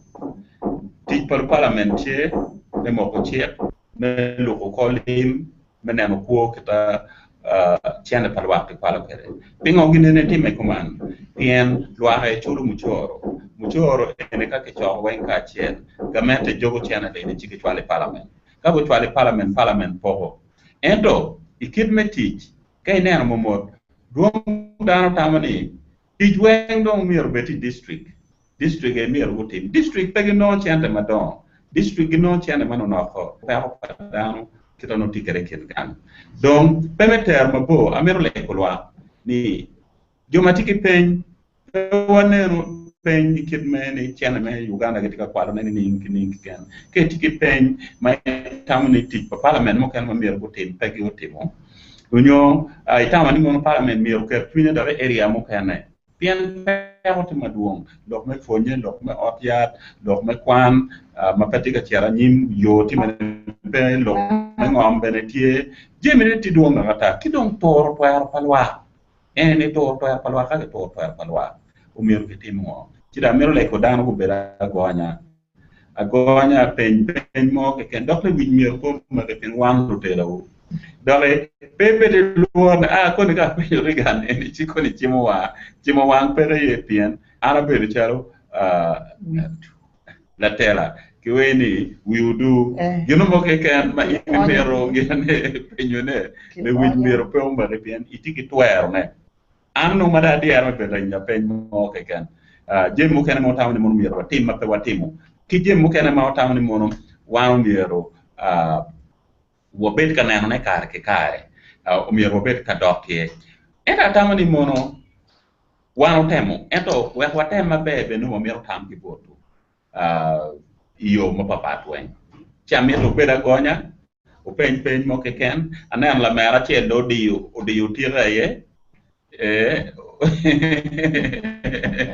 no per di tiri in yo pa amira akwong no peny ki boto do. Okay, thank you very much. But before we take them, I had promised the speaker you would respond at the end. Okay, he will respond at the end in summary. So we will have the gentleman, and then the hands have finally come. Okay, so we shall have the gentleman first. Then you'll be number 2, number 3, number 4. Okay, let's first finish with this side. Eh? Yeah. Okay, let's finish with this side and we'll move this side. Okay, thank you very much. Well, thank you, members of parliament and the citizens of Gulu. At this juncture, I would like to say that interpretation isn't based on qualification, perhaps on opportunity. I'm by the names of J.B. Uhuru, a youth from Gulu. I would love to actually appreciate the dedicated members of parliament of Acholi. I know by the virtue of decent origin of births, you fall under association called Acholi Parliamentary Group. This brings me to talk the question of accountability, though Honorable Reagan was saying we should also raise other issues. It is cardinal, it is eminent to talk about it. Now, as Acholi Parliamentary Group, we know that anyone elected from this land already carries the trumpet of a clan. Now, that brings me to say that these people are meant to advocate as a group. They advocate for what? These members of parliament, they are supposed to advocate for affirmative action. It is true, oftentimes our leaders talk about the derailing performance in education. If I may ask, what steps as a Acholi Parliamentary Group have you actually advocated for? Because the derailing performance in education comes in a manner that either because of the poor quality of education being rendered to our students or primary kids, or we are actually not advocating or we are not lobbying for increment in teachers' salary or enough scholastic materials in the region, recognizing that this is a region that has actually traced its origin from war. Have we done that? Then on several occasions, Acholi Parliamentary Group, they keep on inciting people, guard your land, guard your land. What is land, first of all? To me, I would actually relate land to land economics. Land can best be defined by what appears on top of land, that can be a structure, or trees planted to generate income, or to protect the environment by providing windbreak, or something that is been under the land. Now, if we actually talk about guarding the land, to me, we cannot actually avoid selling the land because there are conditions that will actually support you to sell the land. In an assumption that I am married, my wife is supposed to be taken to India for her operation, and yet I know actually I have a portion of land that I can actually sell and actually get some part of it, some part of money to actually take my wife to India for an operation. Two, on the issue of land, I would expect members of parliament, most of whom, even there is our own Professor Maurice Latigo, former member of parliament for Agago, who is actually a professor in the field of agriculture. As he moves steps to actually teach the youth or even the elders on how to move from subsistence practice of agriculture to even actually practice, I can say, commercial agriculture? Or we are actually scaring people that they should guard against the selling of the land. And yet it is known that these are the MPs who are actually owning quantities of land, and in their farms, they're actually recruiting even people who are not from this land. I think, dear members, on the issue of accountability, allow me to actually move into the health sectors. It is publicly known, it is a public secret, that 7 doses of Coatem cost Uganda shillings 20,000. And now, if there is a medical practitioner who is capable of diverting 20,000, then he's actually equated to be capable of actually killing 7 people. Now, there is this step that I would want us to actually step it up. When we go as local community demanding for the question of accountability to the health practitioners, I know there is what they call district health officer, who is in charge of everything, every dealings pertaining to health issues in every district. Now, this can actually make me to marry this issue of accountability with a district council resolution. The question of information. You go there, you actually silence, you ask for information. Who are you? In whose capacity are you demanding for that question? Of what? Of information. Dear members of parliament, believe me, when you actually move there, then they tell you that, you know what, you're not qualified to ask for this information. It is true, it has been happening. Now, this makes me to say that we should actually never negotiate out of fear, but we should actually negotiate purposely to benefit our local people. I know for sure, as if we are pointing fingers, but allow me to say that we live in a time where there is deficiency of transparency, but there is efficiency of dishonest leadership in this country. It begins with us. Now, we are actually witnessing, I believe all of us in this house, we all have got eyes. We have only 2 members of parliament. How many are supposed to represent this region? Starting with our own from Gulu municipality. Move to Nuaya, move to Kilak, move to Agago, move to Lamour. Where are they? Which reasons can they bring before us? And they can actually show that they are so busy to actually attend to us. That is the question of accountability. We need to look into that. I know as the local people, when we are cheated, we think that is the way we should be treated. And we think it is actually sympathy when these people respond to us. It is a high time we stood up to actually challenge these people to actually work more. As I summarize, we are quickly reminded on the dubious stories of our electorates and as well our leaders, most of whom are actually involved in a lot of interpersonal frictions. People are divided. They cannot speak what unites the clan. When you hear any development coming in place, people should first actually sit under different myopic umbrellas. When I talk of myopic umbrellas, it is an umbrella that produces no sense at all, because they discuss personalities. And if you are to ask sincerely, are we putting our leaders at heart? Are we putting our local people at heart? As I go to sit down, I would want us to know that the first responsibility of a leader, first of all, is actually to define what reality is. If a leader has already defined what reality is, then the last thing is to say thank you. So in between reality and thank you is actually a leader. That means they should actually provide messenger in leadership.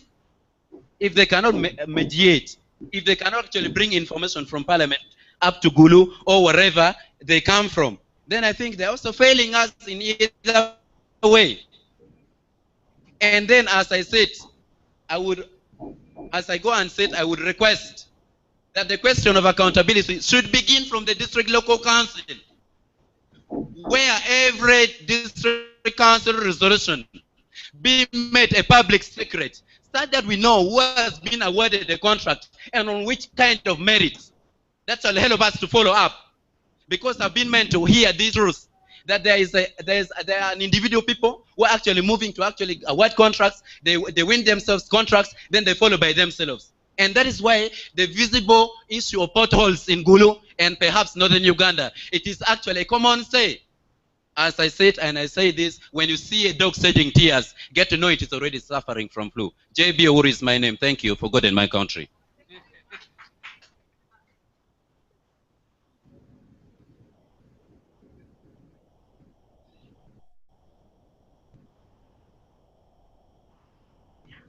Thank you so much. I'm privileged to be the first lady to talk. I'm Martin Priska from Gulu University Students Parliament, and I happen to share the same constituency with Honorable Gilbert Olanya, that's Somoro County. We appreciate your work as members of Parliament, but then Honorable Betty, you claimed that we invited you, but we are disorganized. So next time, don't wait for invitations, but rather surprise us with a visit. And I've seen the copy of the document that we are given. And according to Section 89 of the Local Governments Act, Parliament delegates its powers to the local government to have a local government accounts committee. But my question is, according to the law of delegation, there is a Latin maxim which states that delegatus non protest delegare, which means that once you're delegated, you cannot further delegate somebody. So I'm inquiring, how often does such a committee visit Parliament or appear to Parliament for accountability and to check on how they are doing their work? Thank you.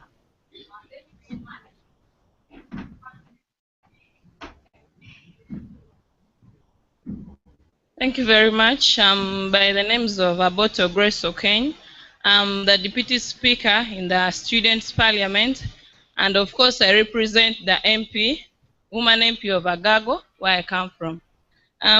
My question is on the UPE. Of course, let me use the local language. I bet you all, in like Lutino ni pay nego kwan in government schools, manongo services peti mano peki delivering mabe. Ento, ichwalagi schools manoti private, manongo services ki delivering mabe. China itamu ni ning ikomjomo kena magichwalo tiangi I government schools. Kwon, it is your duty as a leader, may following up how the services in those schools are being rendered. Next, Owachini, it is not your duty to keep following up everything in the district, but in the parliament. When they were passing out the anti-homosexuality bill, the court came out and said there was no quorum. But it is your duty to stay in that parliament. So why was there no quorum? Where were you at that time? And lastly, my question is on the Auditor General. They said it is the Auditor General to publish the reports of the district. If the auditors in the grassroots able to get all those documents as it was reported by the Auditor General, what do you people do? Like if they come with a situation like there was swindling of money in Gulu municipality, what steps have you taken against those people? Thank you.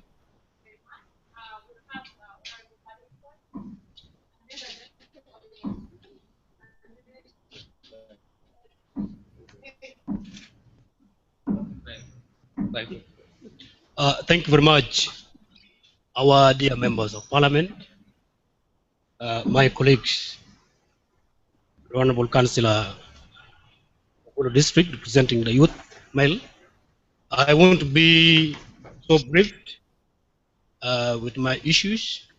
One, I want to get the text of our members of parliament on the following areas. One, about the local government financing by the central government. I want to understand what you members of parliament you are doing in the relevant committee that you sit in. I must say that in the area of financing local government, we are getting a lot of challenges, and those challenges are really frustrating our efforts as local government. One, in the area of cuts of the budget, several times we as local government, we have been experiencing this challenge, whereby you realize You plan well as local government, but when the release come when it is cut off. I have several evidence. Just the immediate one. This concluded first quarter of this financial year. I must say that 15 health facilities in the district missed their PSC fund, including the biggest facilities in the district. Watch Health Center 4, Fuero Health Center 4, Health Center 3, in Achua, where our dear Honorable Member of Parliament, Achua comes from. It is a challenge. Two, I must say that this first quarter, there are several schools that have missed their UPE capitation grant. Several, including one of the schools in my sub-county, Pagaya Primary School. The school missed the UPE capitation grant. Now, how do you expect now local government to perform to the expectation, the way the things has been budgeted, when the releases comes, when it is cut off? At times, it doesn't even come. How can you expect a local government to perform? It is really frustrating, the effort. Two, it is in the area of delayed release. On several occasions, you will even hear at the end of this running financial year, you will hear a number of districts that their financing has been taken back to the central pool. Reason being, they have not been able to what? Utilize all their resources within the budget, within the financial year. Yet, the challenge is emanating from the central government. The central government actually does not even, I think since I joined council, there is no any release that have been sent timely. It is on record, at times you send when it is only 2 months to the closure of that quarter. You may send when it's only 1 month to the closure of the quarter. And you expect a particular department, the entire district, to exhaust the money that have been planned to be utilized for 3 months in only one, maybe week, only 1 month. How possible can it be? And if the money is not exhausted, it is taken back. Because now we are in the same what? System. The IFMIS, the Integrated Financial Management System. If you don't exhaust a certain amount of finance, automatically it is withdrawn and taken back to the central pool.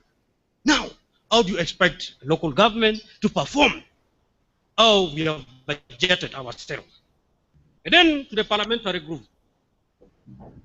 Our dear members of parliament, we have been facing a lot of challenges. And you see, for us as local government, we compare notes and contrast. We have been comparing our performance with other local governments. And when we are comparing our performance, we see the government policies, how the government had planned for a particular region, particular district, then the particular maybe locality. And we are disappointed as the people of Acholi because there was a program and a plan that has been sent by the Ministry of Education and Sport for the upgrading of all these minor stadia in the district. And I think Gulu Peche Stadium was among the stadia to be upgraded to the national level. Lira Stadium, the Akivo, I think, if I'm not mistaken, was also among. But now, the one of ours, the Gulu, the Peche Stadium, up to now, no any step has been taken upon to that effect in regards to the upgrade. But now, the Lira, we hear say that we always hear that the thing has started, and it has started very well. So I don't know. You as the Acholi parliamentary group, there are issues that really, we the people of Acholi, we will feel that really you're working if we see they are addressed. Peche Stadium, could we also hear your take on Peche Stadium? Not only Peche Stadium. We have here the remand home, which is serving the entire Acholi district. Gulu remand home. Several times we have made several recommendations to the ministry, labor and gender. Several times we have made recommendations finance in regards to the financing of the remand home. But up to now, there is no any immediate, sufficient answer has been given to us as local government to that effect. So can we also hear your take as our parliamentarian who are advocating for us from the center? What is the ministry doing in regards to the financing of Gulu Regional Referral Hospital that is serving the entire Tuli sub-region? Then, lastly,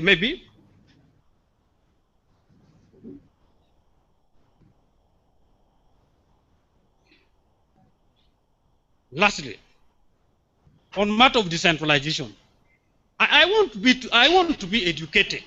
When you said decentralization, for me, I know when you said the power has been decentralized, and me as area councillor, I know that the power that have been decentralized to me, one of them, it is the planning power. One of them, it is a planning power. And we as local government, we have that power to plan for our people. But now, I must say that we have been frustrated again by you, the same center of government. Because now, when we are doing our planning, you direct us to plan according to the indicative planning figure that you give to the center, to the local government. Now, how can I plan to cater for the entire people that I have, which they are very big in terms of population, when you have sent to me an indicative planning figure that can plan for only 100 people, and I have 1,000 people? How possible can that be? So we have been also frustrated in that area. So you as members of parliament, what do you have to say about this planning figure that really respective ministries send to the relevant sectors of the local government? I want to hear your take on that. I think I don't have much to say. I will first raise my case there. Thank you. Thank you very much, Burlington, and to everyone. He raises so many things in quite an amount of time, and I couldn't stop him because, one, he comes from the local government committee itself, so he was speaking from experience. The only negative part to his very lengthy situation is that no one else from this side will be talking. So we are going to move this side. He represented you well. And so we're going to move this side, and because of the time factor, we should be concluded by 4:30. And that means responses from the MPs, responses from the speaker, who will give the closing remarks as our host in Gulu. I will take 3 questions from this side, short questions, and then we should be able to send it back to Kampala and wind up, okay? And, okay, I'll take him, 1, I'll take 2, 3. Oh. Okay, you put up your hand if you want to speak. We have 1, 2, 3, 4, 5, 6, 7, but they need to be short, because if they are not short, I'll come and pull the microphone away from you, okay? Yes, so please come. Thank you.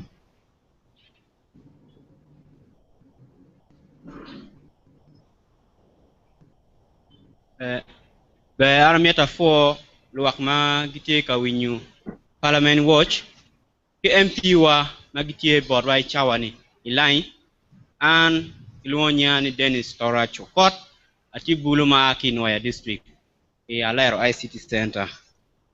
Chunya chuwe mada kapane telana ilai kenyu numero o tim bebe o dwake gini chunywa chwe umier un wen mo ake acholi ni ubet kenyu wek beno pilwiwa donc amiero nyang jemi mogo manok nok ki bol telawa yen wan ma cholo Gulu nyulo tiano kilwak mem kene ni wamiero nyang pingo i parliament e lokum accountability tegen marach ka bol la bolle ka binu i lokum mo man matie ya choli ka ni Uganda ni Nwaya District ni we are po kachoke mo achiel kibiti mo boma hotel kama lutela ma ya choli wen kilungo kono iloko mo enoni ki joma ki kuwa kingech maturada men lo cholo khange pingo lokme mo ne kitika kerneti mo titwale parliament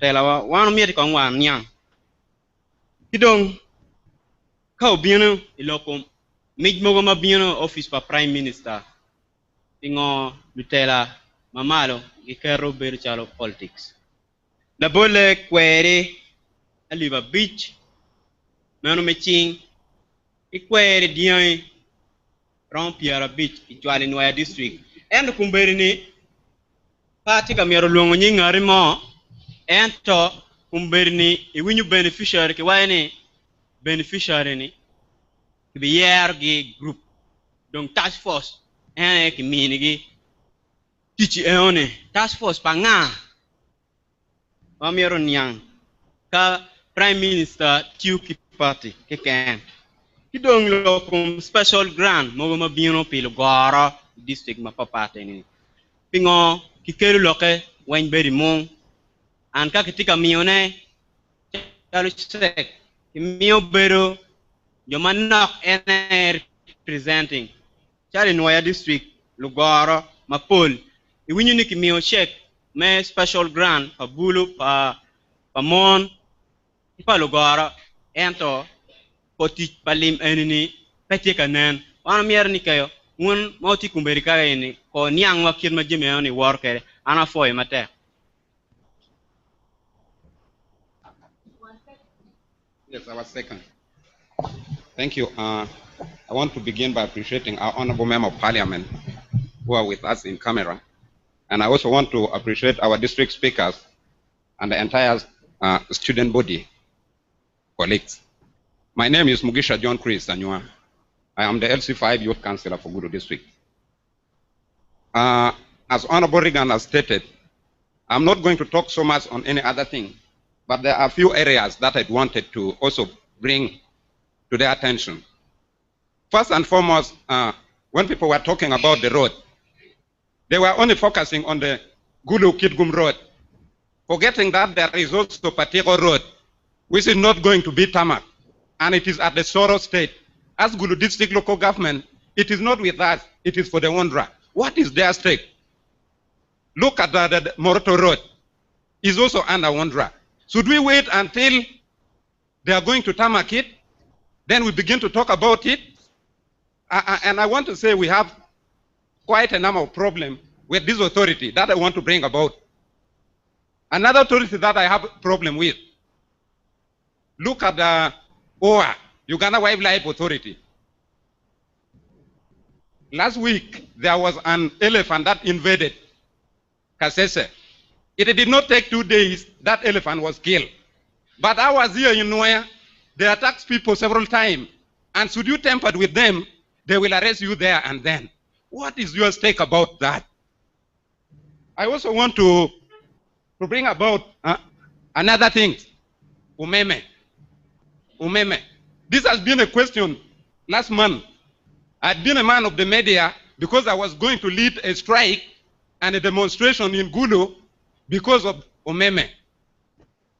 3 days to the start of examination, there was no power in Gulu. But they were claiming that the pole fell down from Lira. And yet there was power in Lira. There was power in Kamdini. Why? The pole that fell in Lira doesn't affect Lira, doesn't affect Kamdini, but it affects Gulu. Then what is the use of the pole we are seeing in Gulu districts? None of the MP talk about it. And I knew it was not by surprise because none of their let me say their children, they were not here and they were on the other side where there was power up to now. Look at how the National Water and Sewage Corporation treating people. What is your stake? We know you can afford those kind of services. But what about our local people here who cannot afford? And the local government cannot do anything about it. And the parliament is quiet. And lastly, I want to ask this question. How unified is the actually parliamentary group? If you compare to Lanao parliamentary group, if you compare to Buganda caucus, and compare to West Nile. And again, the last question.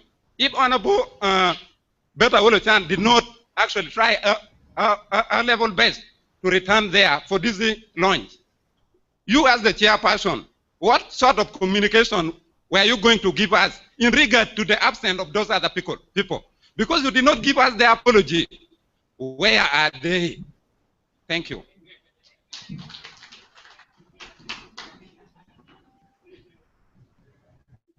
Yeah, thank you very much. This is Sheikh Sadiq Okelo, who is representing Acholi Muslim District ICT Center. Thank you very much, our Honorable Member of Parliament, the two representing the Mene. In Acholi, they say, Lumachiel Koporo, Otperomo, Take, Angini Wunbe Nature, and we are Muchungwario, I can and Nature Lokutiken. Pian Penmon Okaro Bornato Okonchunkaina Futana. What I want to say is on only two areas. If you read the paper circulating in our hand, it says, function of Parliament. I want to go to point 3.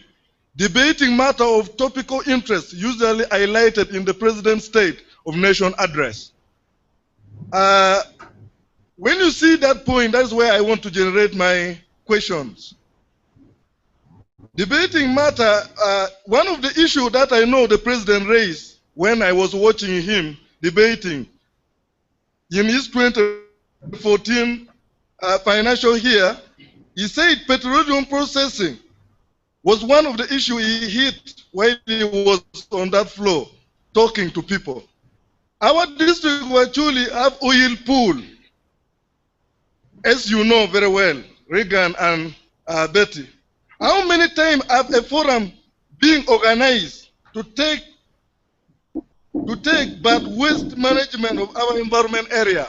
How many times have you people organized a forum locally here so that you address the issue of the environment? Because I know oil, however much it has a lot of good benefit, but since the pool is here in Acholi, it means it's going to environmentally, it's going to affect us. How are we, the community, be able to address the issue, the health hazard that it will have? So that one is, to me, is a concern. Second, share and benefit allocation to our district. To me, who is standing, I've not yet got the share of my district. How are we going to have the share? The share, because we are the one hosting the pool. Like Bunyura and the other area who are owning the pool. What will be their share? So that one you need to give us a take on that. Then the last issue, being a religious leader, Western influence eroding our spiritual journey on interest of poverty. The President said he won't allow homosexuality to step on our land by signing the bill. But since the bill has been thrown away from the Parliament after the President signing, silence seems to be the order of the day. Is it already officially accepted by you people and the President, or what? You need to inform us. Thank you. First of all, I need to apologize. This is totally my fault. We are under pressure to conclude this event because we have quite a number of people who are watching it online on internet, and we told them it would be finished by 4. So we have an online audience that we need to send home, and so I am going to ask that I conclude. I am going to ask that we conclude this event, but even as we conclude, I am giving the MPs my back.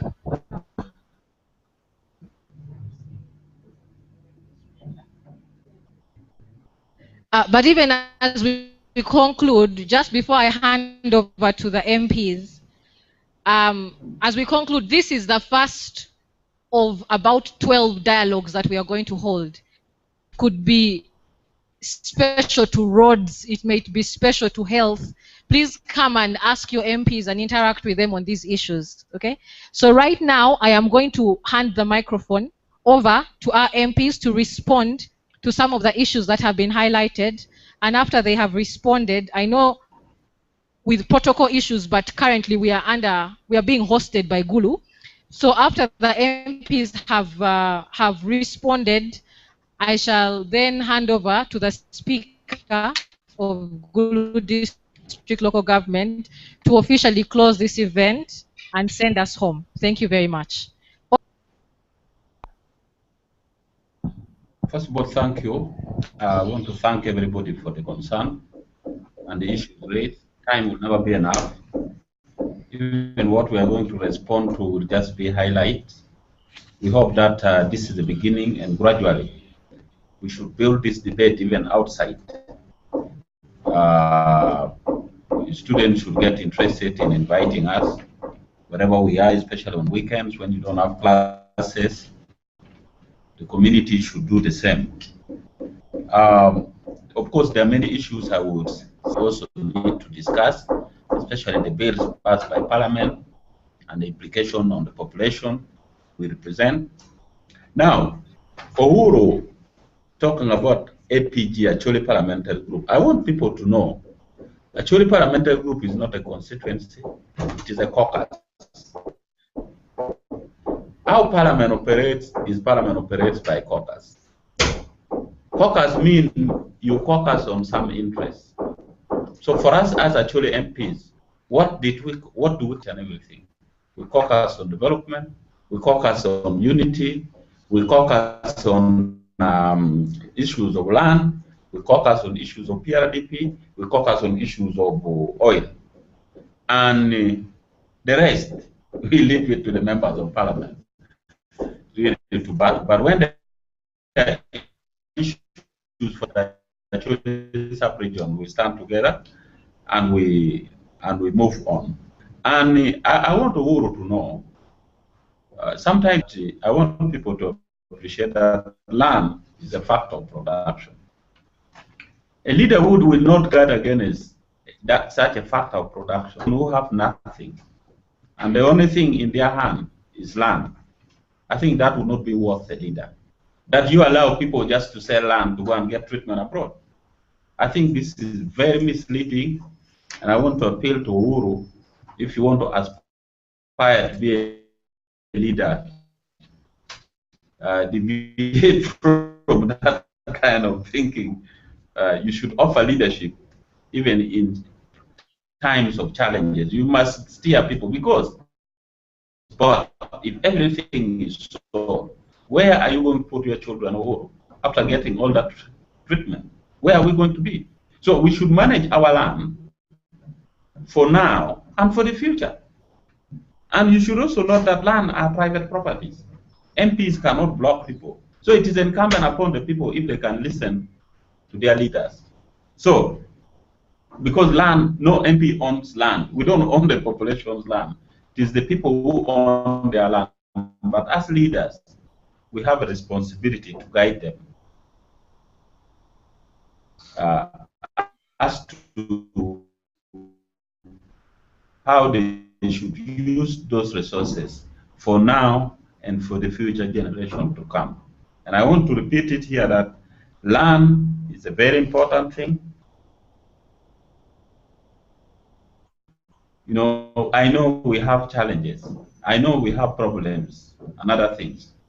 But you should plan your land in such a way that you can use it now and for the future good of your family. And I think I stop at that. Local government accounts. What are local government accounts? I think Gulu district, the speaker can tell us again. Last month, I think a month or two ago, local government accounts were in Gulu trying to make a follow-up of audit queries. And I think that is how things moved. And I also want to ask the speaker to talk more about the district part, because the resource of the district part, as I said earlier, will not have enough time. I borrow on the issue of UPE. Of course, there's a big challenge with the UPE, the implementation, and other things. And if you follow debates in Parliament, these issues are every financial year raised on the implementation of UPE. Every part of this country is concerned, because the grant is not being uniformly sent to the population, to the respective schools. The schools do not get adequate UPE fund, and the fund do not reflect the number of children in those schools. Anti-homosexuality. 3 people asked these questions. I want to say that we detest immorality. There are certain values that should not be attached to foreign support. But at the end of the day, it is incumbent upon the people of Uganda, Parliament, out of its own wisdom, came out with a private members bill, passed that law. But of course, the law has now met a lot of challenges. And whatever you hear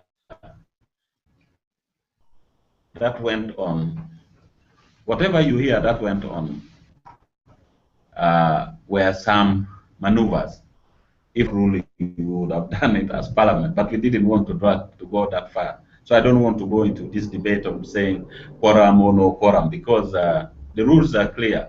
When the Speaker determines that there is a quorum, it means there was quorum. But we don't want to go into other forces pulling apart Parliament. And we hope that the population will not give up. Local government financing, my brother was asking, is so long as local government remain decentralized, I want to assure the people of Uganda that you will not have full powers. You will not have full financial powers, because those decentralized powers can be recalled by the center. The center dictates terms. You don't collect revenue yourself. What we should do, if we want to give powers to the periphery, then we should get stronger local government units. Perhaps we should move from decentralized to fully fledged states of the federal nature, where the periphery has powers, where the center would be left with the issues of defense, issues of foreign affairs, and the periphery would handle things like agriculture and other things. Unless we do that, like in Nigeria, like in the United States and others, decentralization would just be that. Decentralization would just be that. So budget cuts, it happened, it is a big problem. Ministry of Finance would argue and say, you know, we depend on the basket. The collection on a daily basis is what dictates all that. So money is returned, that sometimes monies are sent to the district late. I think this one we have been able to solve it from this financial year. The districts have been allowed to spend up to, I think, September. So this is now no longer issues that monies that are sent to the districts are immediately returned, because in the past, Ministry of Finance used to send money very late and then the money. But today, they are given a leeway of 3 more months after the budget to spend that money. So unless the district has nothing to do, that will be a problem. There's certain local government to help us. Because while you complain about UPE, but for example, I can assure you, we also need to be informed. For example, let me take the example of Gulu. I have never received a complaint from the office of the DEO of Gulu telling us and say, these are the challenges we are facing. These are some of our problems. The DEO should be able to explain delayed release of UPE. They should also be able to explain why some UPE funds are returned to, for example, the accounts in a crane bank, that every headmaster is directed by the office of the DEO to return 10% of every UPE release to bank it into a separate account. So we have challenges, and therefore these challenges we should be able to address it and stand by it. Upgrading. The center has tried to do a few things. Let's just not look at Page Stadium alone. For example, Onyama NTC has been among the national NTCs that has been completed. It has been upgraded. For those who have not had the opportunity, if you go to Onyama, it is a different place. If you go to Sasemel Beka, it has been done the same. This is by the center. And then the remand home this year, I think what Parliament did is that, because remand home does not belong to the district, it belongs to Ministry of Gender. What Parliament did in this budget was to get special fund for the remand home. So this will be handled. Storage, oil revenue. I think we need a lot of time to talk about this oil revenue, but there are laws that were put in place about how this sharing should take place. Most important is that oil is a national revenue, and therefore even the laws and all those things. What we should focus at is that this oil money does not become a curse, like in other countries.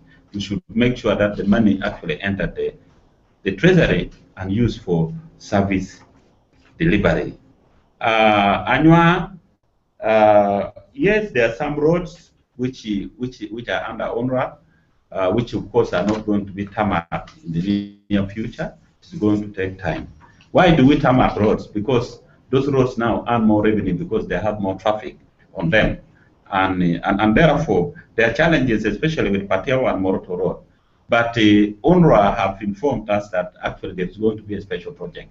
Now, what we don't want is for these roads to be graded, especially during rainy season like this, because they will just get spoiled like that. We want them to be graded at least during a good time. Omeme, I think Omeme is a problem. Yesterday we were in a Kamuli district, and we went there as a parliamentary commission. We could not even conduct our business because power was cutting off, and in the night there was no power. So Omeme is a national thing. It's not that in Kampala power is there. That's not true. And I want people, when you talk with statistics, with data, to argue that some members of parliament don't have their children in Gulu. That's why they are not bothered about Omeme. That's a total lie. My firstborn is actually in P7 in Gulu, and his sitting is P7 in Gulu. So please let us try to investigate and talk facts, because that's the only way you will have a solid base. Actually, parliamentary group, you see, you cannot expect human beings. As APG, I said, there are areas we unite.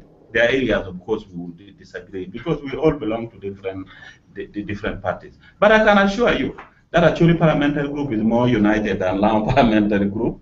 You can ask them, than Teso parliamentary group, than Bunyoro parliamentary group, than Buganda parliamentary group. So really, please let us appreciate where it is due. We have our own challenges, but I think we shall move on as a nation.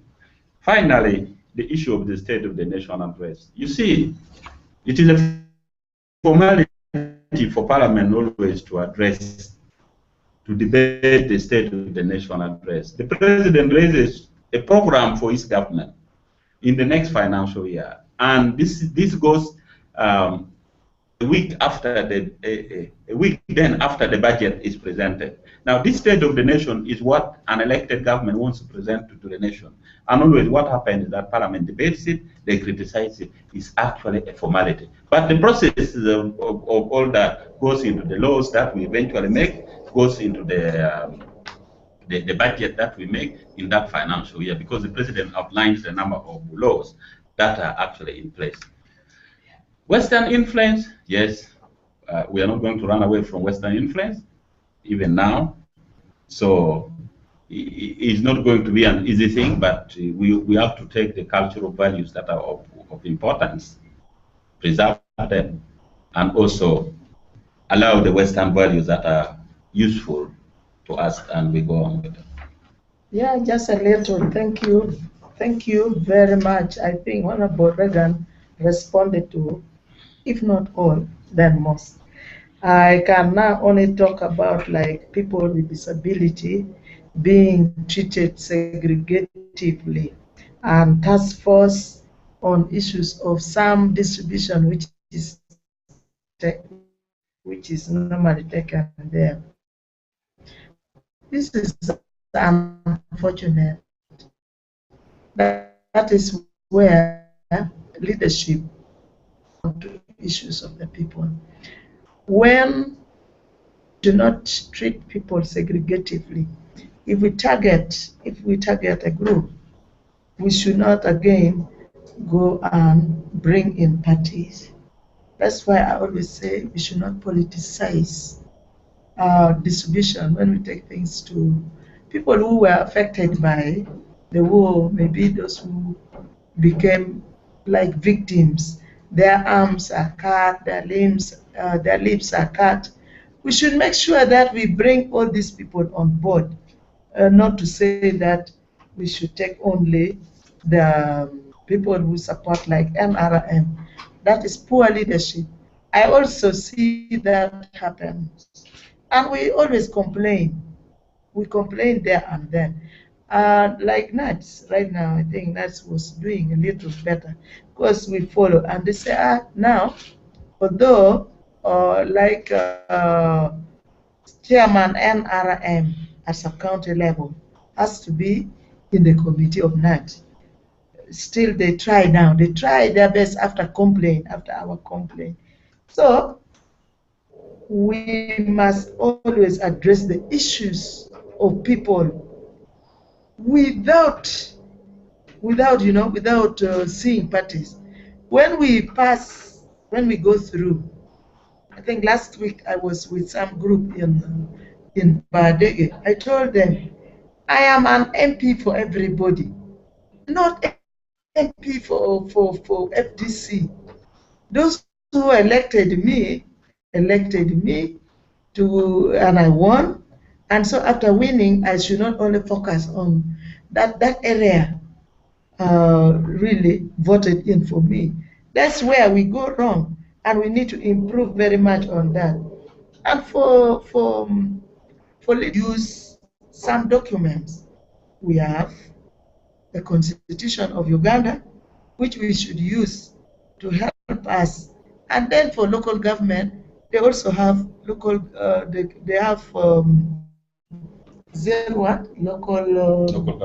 local government act, which has to guide all the leaders in leadership. So I don't see where we have totally gone wrong. The issue maybe which we should bring in place is that if I go to Gulu and then I ask the honorable councillors to come, the first thing they address is how much is she going to pay our transport refund. I think we need to go slow on that so that I should be able to go and meet local leaders and meet people with or without some transport refund or some water for them to drink. If we reduce the time to maybe 2 hours, then we should not query really. For all of us leaders must learn to sacrifice. Everybody, and I thank especially the initiators of this program. Is it Bosco and all the people who work with this Bosco? Thank you very much for this opportunity. I think it will steer us forward and it will make our work a little easier. I thank all of you for God and my country. Thank you very much. Thank you very much, our MPs. And finally, we are going to invite the Speaker of Gulu District Local Government. And after his speech, I hope Irene is on that side. Irene, I'd like you to give the final goodbyes to both sides and close this event as coordinator of Parliament Watch. Thank you. You're very much welcome.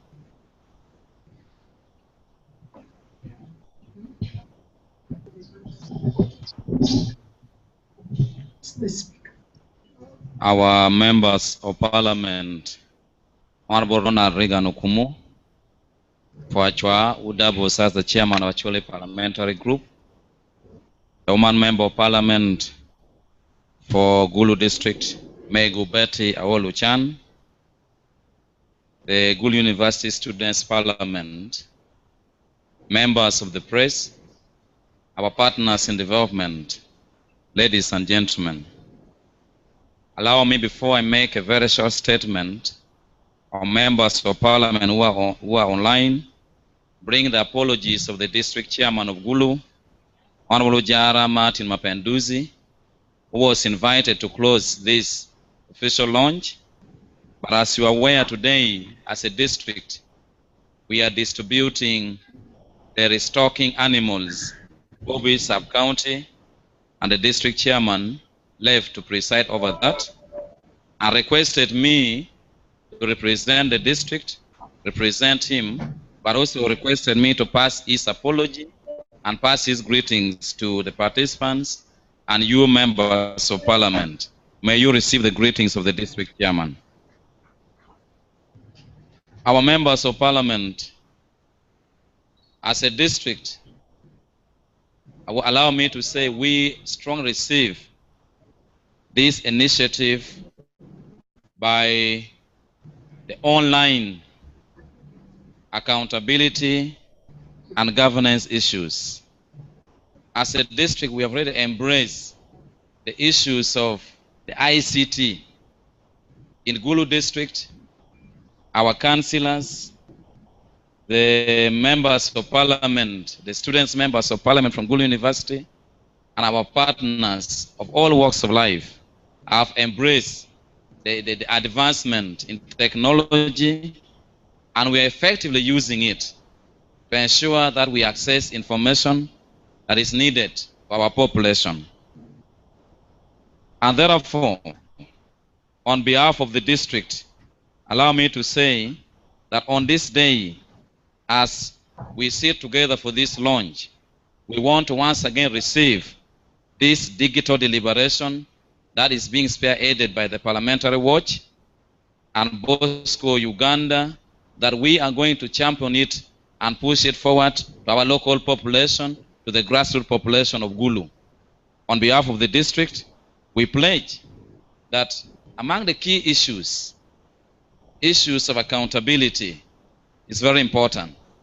For the Bible says that you will be known by the seeds. As political leaders, you are aware, we are policy makers, but implementers are the technical persons. But how do we work together with the technical persons to ensure that services are effectively offered to the citizens? As Gulu District Local Government, I want to mention that we have strengthened monitoring. Monitoring by the individual councillors, monitoring by committees, the standing committees of council. We have also strengthened monitoring by providing the close user group funds to all the district councillors, health workers, head teachers, among others, to ensure that if there are services and reports that are needed, it is accurately brought to the attention of the responsible office holders. And I want to pledge that we are going to continue doing the same along that line. Two, as Gulu District Local Government, we have also embraced the Local Government Scorecard Initiative that puts the political leaders on tension and pressure to have contacts with the electorates, to also strengthen supervision of the support staff. As Gulu District Local Government, we have also initiated what is called the Citizens Bureau. I am surprised to hear today that access to information in Gulu District is a problem. To me, that is not true, because in Gulu District we have the Citizens Bureau, that all officials documents of the district, any citizens of Gulu District can access this information, read it. What we intend to do now is to see how best we can work together with the Chole language board to translate our documents into the local language, so that even the citizens at the grassroots are able to read, understand, among others. As I mentioned, I wouldn't like to take a lot of time. Our local revenue performance as a district is very meager. Out of the total budget of Gulu District Local Government, which is about 34 billion in a financial year, our local revenue budget is 2% of that total amount of money.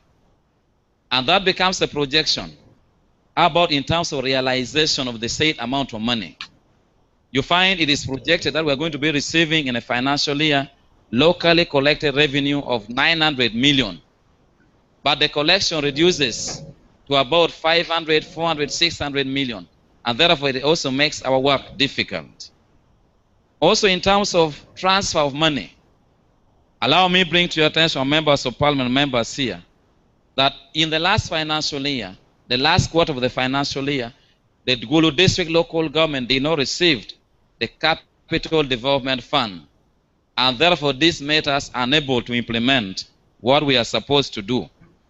As Honorable Regan requested me, as a district, we have the Local Government Public Accounts Committee that are mandated to review the utilization of all the resources that are released in the district.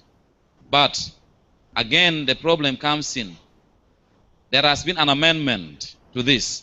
We want to appeal to members of parliament that where do this Local Government Public Accounts Committee again report? From the year 2011 to date, we have had problems of reporting. Where do they report their findings as local government public accounts committee? And this has been a major problem. In the interest of time, as Gulu District local government, together with your support as members of parliament, when we came to the district in the year 2011, we lobbied Office of the Prime Minister through you, and we allocated 100 million. And today, when I stand here to speak on behalf of Gulu District local government, I am proud to say we sponsored 14 girls using this money at Gulu University, and they have completed their studies and have been awarded degrees. Tomorrow in the full council meeting, we shall be presenting to the council these 14 girls. Out of these 14 girls, 1 passed away. 2 did not graduate with retakes, but 11 of them, we shall be presenting them before the council tomorrow. I want to appeal to you that in a bid to promote education, we need to tap from the available resources that we have, like PRDP, and support education of both the girl child and the boy child. I want to thank you, members of parliament, the 2 of you, because as the speaker, you are ex-official members of the district council. I want to inform the gatherings here that these 2 members of parliament have consistently been attending our members of parliament without even missing. Once they miss, they send apology. But there are members of parliament who have never even stepped the council to attend council meeting, and therefore they have nothing to report to parliament. Members of parliament, Honorable Regan and Betty, we want to thank you very much for attending our council meeting. And I know Honorable Betty and Regan will be traveling this night again to attend our council meeting tomorrow, but also give our council meeting tomorrow, where we shall also be giving our last respect to the late Stephen Lanek, the former LC5 chairman of Gulu, who passed away. Once again, allow me to thank the Parliamentary Watch, Bosco Uganda, for this initiative, that we need to take this one further, and as a district, we will work with you, and where possible, we are ready to answer concerns from the citizens that they are going to raise. In the interest of time, I'm not going to respond to anything. I want to just say this program of the digital deliberation is officially launched in Gulu District today, and we want to carry it and push it forward. Thank you very much.